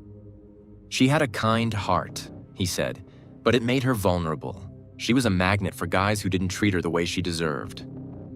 He called Jessica's dating history a string of disappointments and admitted he had never liked Micah. Detectives took his words seriously. While Donnell had a close emotional bond with her son-in-law, Gregory was more removed and possibly more objective. He didn't know what Jessica had needed to fax that day, and unfortunately, the office machine had been malfunctioning for several days. There was no log of outgoing faxes or any record of the document she had intended to send. Meanwhile, investigators had started analyzing Jessica's phone data. They discovered that her phone had remained active for several hours after she was last seen, but it wasn't moving. It had stayed in one location, not far from her place of work. Acting on that clue, police officers began canvassing the surrounding area. They eventually reached a local shopping plaza. By this point, it was after hours. Stores were closed, the parking lot was empty, dimly lit only by overhead security lights. Amid the stillness, one vehicle stood out. A white car parked near the edge of the lot. It was Jessica's vehicle. The doors were unlocked. Her purse, phone, keys, and bank cards were all inside, untouched. Her phone was still powered on and receiving calls. Police noted that the driver's seat was positioned in a way that seemed to fit someone of Jessica's height, about 5 feet 4 inches. But investigators were hesitant to draw conclusions just yet. The discovery of her car changed everything. This was no longer a case of someone possibly walking away on their own. It was now being treated as a potential criminal investigation. The district attorney officially confirmed that this was not a standard missing person case. They were now treating Jessica's disappearance as deeply suspicious. Security footage from a nearby gas station provided more chilling insight. At 12:56 p.m., Jessica's car appeared on camera. Then, about 15 minutes later, it reappeared, this time traveling in the opposite direction. At 1:10 p.m., it pulled into the gas station quickly, executed a fast maneuver, and exited with a sharp left turn. It then entered the parking lot where it was ultimately found, at exactly 1:15 p.m. Detectives scrutinized the footage. The person exiting the driver's seat wasn't Jessica. That much was certain. The figure was noticeably taller and wearing light-colored clothing. They stood beside the car briefly, then crouched down, likely adjusting the seat, perhaps in an attempt to make it appear that Jessica had been the last person to drive it. After that, the individual walked off alone, disappearing down an alley that ran alongside the parking area. Moments later, a small white truck was seen speeding down the adjacent road. This sequence raised a multitude of new questions. Was this person trying to stage the scene? Were they familiar with Jessica's routines? Could they have lured her into a trap? Given Gregory's earlier comments, investigators believed her husband Micah might fit the description. He was tall and had light-colored work clothes, but his alibi was solid. He had been on the construction site all day, surrounded by co-workers who could vouch for his presence. He was accounted for. The mysterious driver, their identity still unknown, had left behind no fingerprints, no witnesses, and no definitive clues. Just more unanswered questions. Jessica's photo remained posted on nearly every street corner, coffee shop, and community board. Her case had captured the hearts of the community and beyond. But despite their dedication, the most critical piece of the puzzle, Jessica herself, was still missing. What happened to Jessica Paget after she left the daycare that day? Who was the person driving her car? And why had they gone to such lengths to make it look like she was still alive?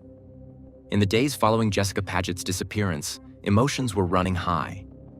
Her family was living trapped between uncertainty and fear.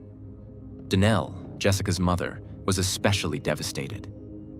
The pain of not knowing where her daughter was had begun to unravel her. She was barely sleeping. She could hardly speak without her voice cracking. But through it all, her husband, Gregory Graff, Jessica's stepfather, remained calm, steady, supportive. He tried to reassure Danelle constantly, telling her they would find Jessica soon, that it was just a matter of time. The community held on to hope. Flyers continued to circulate. Social media remained active with tips and well wishes. Police followed every lead. And then, a breakthrough came. Investigators had received enhanced footage from a parking lot surveillance camera, capturing the scene where Jessica's white vehicle had been abandoned. The frame-by-frame analysis had taken time, but when experts finally zoomed in on a key detail, it stopped them cold. A white truck seen leaving the parking area had distinctive markings along the side. For a moment, no one spoke. Then one of the officers leaned in closer, squinting at the screen. "That's Gregory Graff's truck," he said, Jessica's own stepfather. The realization sent a ripple through the investigation. Detectives had already spoken with Gregory several times. He had cooperated, seemed concerned, even emotional. But now the timeline, the footage, and the circumstances all demanded another conversation. Investigators returned to Gregory, this time with sharper questions. He didn't deny that it was his truck. In fact, he admitted to being in the parking lot, but insisted the timing was purely coincidental. According to him, he had parked there earlier in the day to work on a minor mechanical issue. Afterward, he said, he stopped at the gas station for something to eat.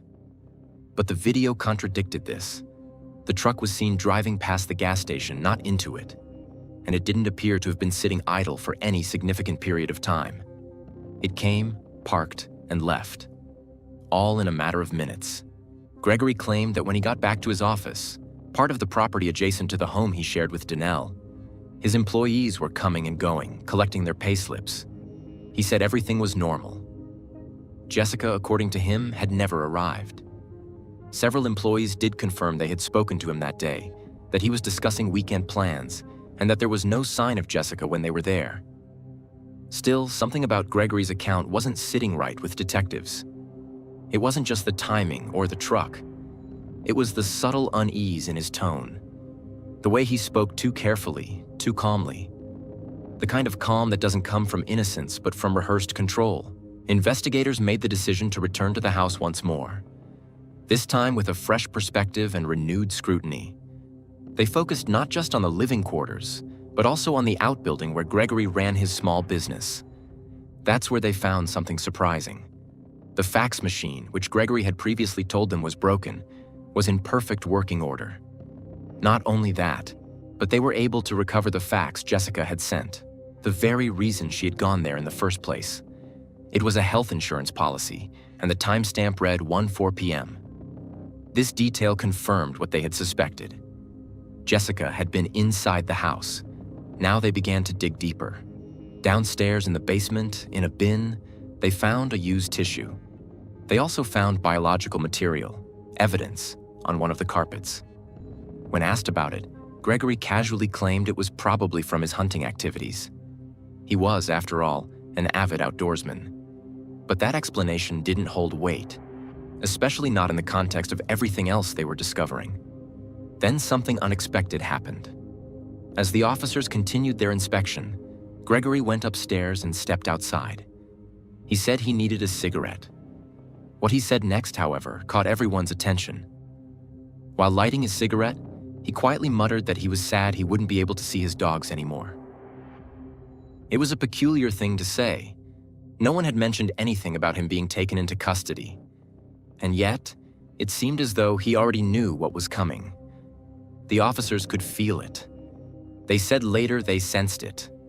The moment a person decides to tell the truth. Not out of guilt, necessarily, but because they know the walls are closing in. Gregory Graff was about to confess. As he was led away from the home, Danelle, still unaware of what was unfolding, She looks at him, demanding to know where her daughter was. It was the last time she ever spoke to him. Later that day, Northampton County District Attorney John Morganelli stood before cameras and confirmed what many had feared. The case was now officially a criminal investigation. Gregory Graff had made a full confession to detectives. He told them that he had invited Jessica over under the pretense of needing help with his computer. She had agreed. After all, she needed to send a fax anyway, and the house was familiar, a place she had been to countless times.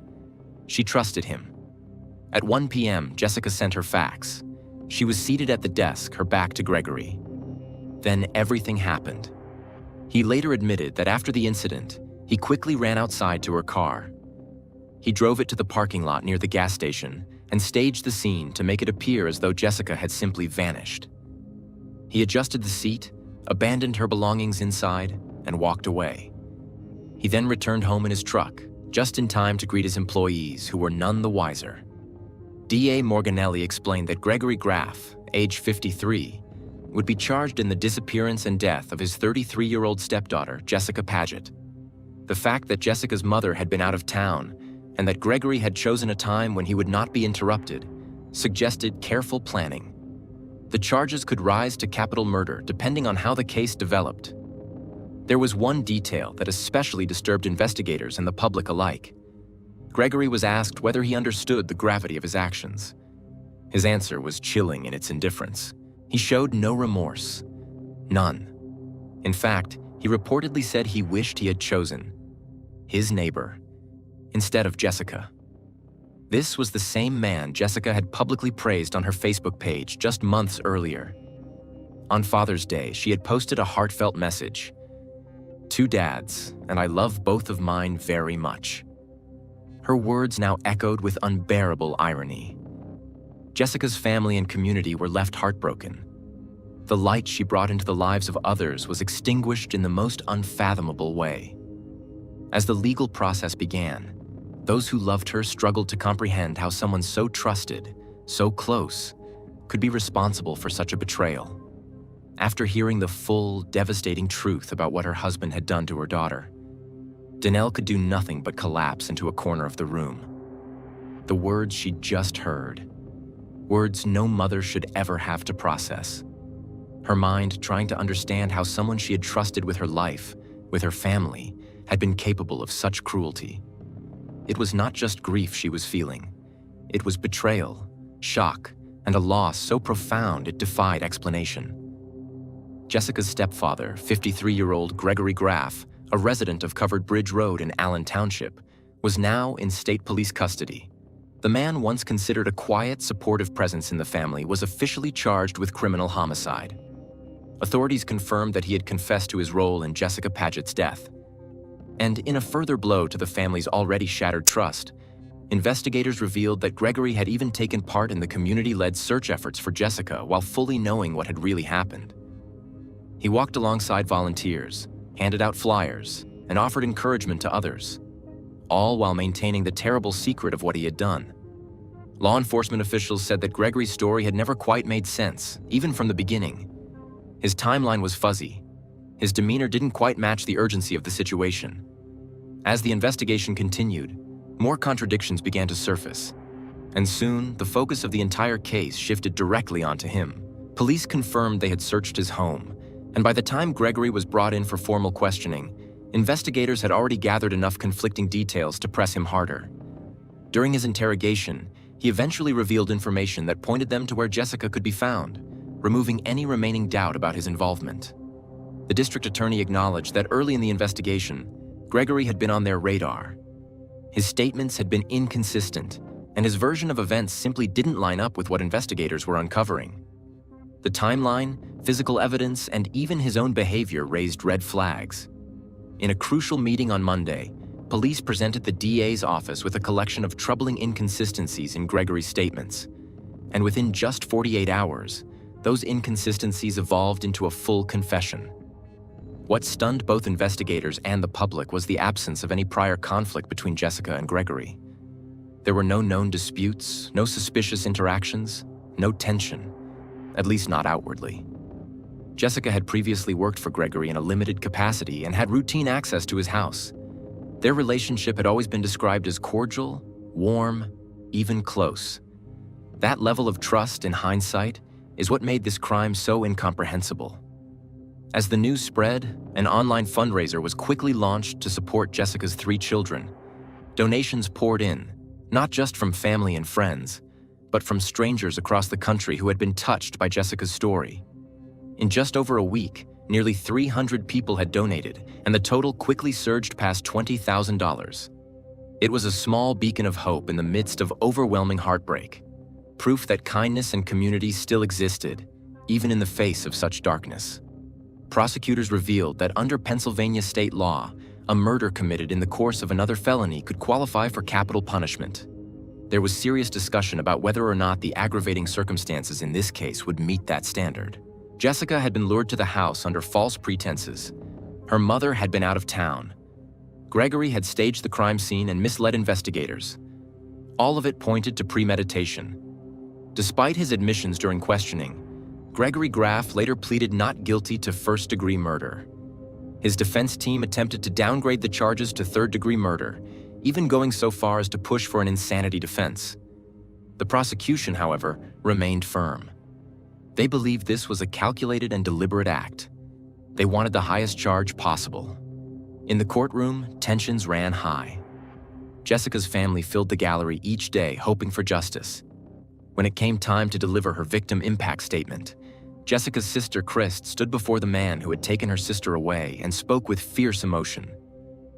"I hope you fear for your life every day," she told Gregory, her voice steady, unwavering. "And I hope someday you feel some form of genuine remorse." Gregory dabbed at his eyes with a tissue, but Chris wasn't convinced. "You're pretty good at faking it," she added. "What I've learned from this trial is that you still don't regret what you did. You don't even care. You could have accepted responsibility from the beginning. But instead, you forced us to endure this trial, to relive every terrible detail of what happened." Gregory offered a quiet apology before being escorted out of the courtroom. But the damage had already been done. His words felt hollow, empty. Following the trial, Donnell officially filed for divorce from Gregory. She wanted no legal or emotional ties to the man. But even then, Gregory continued to exert control. He refused to sign the divorce documents, citing disagreements over the financial terms and dragging out the process. It was yet another cruel twist in a story already riddled with pain. Adding insult to injury, Gregory filed an appeal, claiming his attorney had not represented him adequately. He argued that he didn't fully understand what was happening during the initial investigation. He claimed that during and told with Jessica, he had blacked out and had no memory of what occurred after that. The defense pushed for a second trial, but the family and community viewed it as nothing more than a stalling tactic. Christ remained vocal. She believed that Gregory's crime deserved the maximum term, even if the legal thresholds for such a sentence hadn't been met. For her to be harmed by someone she loved and trusted so deeply, she said, that alone is already the cruelest punishment for this family to bear. Throughout the ordeal, Jessica's husband, Micah, remained a symbol of quiet strength. His heartbreak was obvious, but so was his gratitude for the people who had come together in their darkest hour. Seeing how many people showed up to help search for her, it was overwhelming, he said. But it reminded us that there are still good people in the world. That was one of the only things that kept us from falling apart. Micah described Jessica as the most incredible person he had ever known. Her smile, her energy, the way she loved her children, those memories would never fade. "It's heartbreaking to know that this is our forever now," he said. "This is the story we have to live with. But we're trying to get through it together, because this wasn't just a hit on one person. It affected all of us, the whole family, the entire community." And so, even in the shadow of tragedy, the community vowed to move forward, to honor her memory, to hold one another up through the grief. Because if there was one thing Jessica Paget's life had taught them, it was the enduring power of love and the unbreakable strength of family. Those words, spoken by Micah Paget, echoed through the courtroom and lingered in the air like a memory no one wanted to let go of. It was hard for anyone present to truly capture what Jessica meant to the people who knew her best. For Micah, Jessica had been everything: his partner, his support system, his peace. Her absence had left a silence that was impossible to fill. As the trial for Gregory Graff, Jessica's stepfather, reached its emotional conclusion, it was no longer just about legal proceedings. It had become a confrontation between truth and deception, between justice and betrayal. Over the course of the trial, prosecutors laid out every disturbing detail. But it was the evidence found on Gregory's personal computer, text documents and files that could not be unseen, that left the jury stunned. As those documents played, the mood in the courtroom changed completely. What had already been a tragic and incomprehensible case now crossed into deeply unsettling territory. Members of the jury, many of them ordinary citizens who had volunteered to carry the burden of judgment, sympathized openly. Others lowered their heads, too disturbed to make eye contact with anyone. Not even the defense attorney who sat stone-faced beside his client. The silence in the courtroom was described as suffocating. After the evidence presentation and the attorney's final arguments, the courtroom sat heavy in anticipation of the verdict. But it didn't take long. David, the jury foreman, later spoke with quiet conviction about what happened behind those deliberation room doors. "It's something I will never forget," he said. "Anyone who says they weren't affected, either they're lying or they don't have a soul." That's how disturbing it was. David recalled that when he asked for a show of hands for a verdict, every single juror raised their hand immediately. No debate, no hesitation. "Honestly, it took longer to sign the paperwork than it did to vote," he said. Within just 6 minutes, the jury returned to the courtroom and read their decision aloud. The outcome was clear. Gregory Graff was found guilty of first-degree murder. The courtroom sat frozen for a moment before quiet murmurs spread. Relief, sadness, justice, all mixing in a surreal moment of finality. By law, a first-degree murder conviction in Pennsylvania carries a mandatory sentence of life imprisonment without the possibility of parole. That would be Gregory's fate. He would spend the rest of his life behind bars, alone with the choices he had made and the family he had betrayed.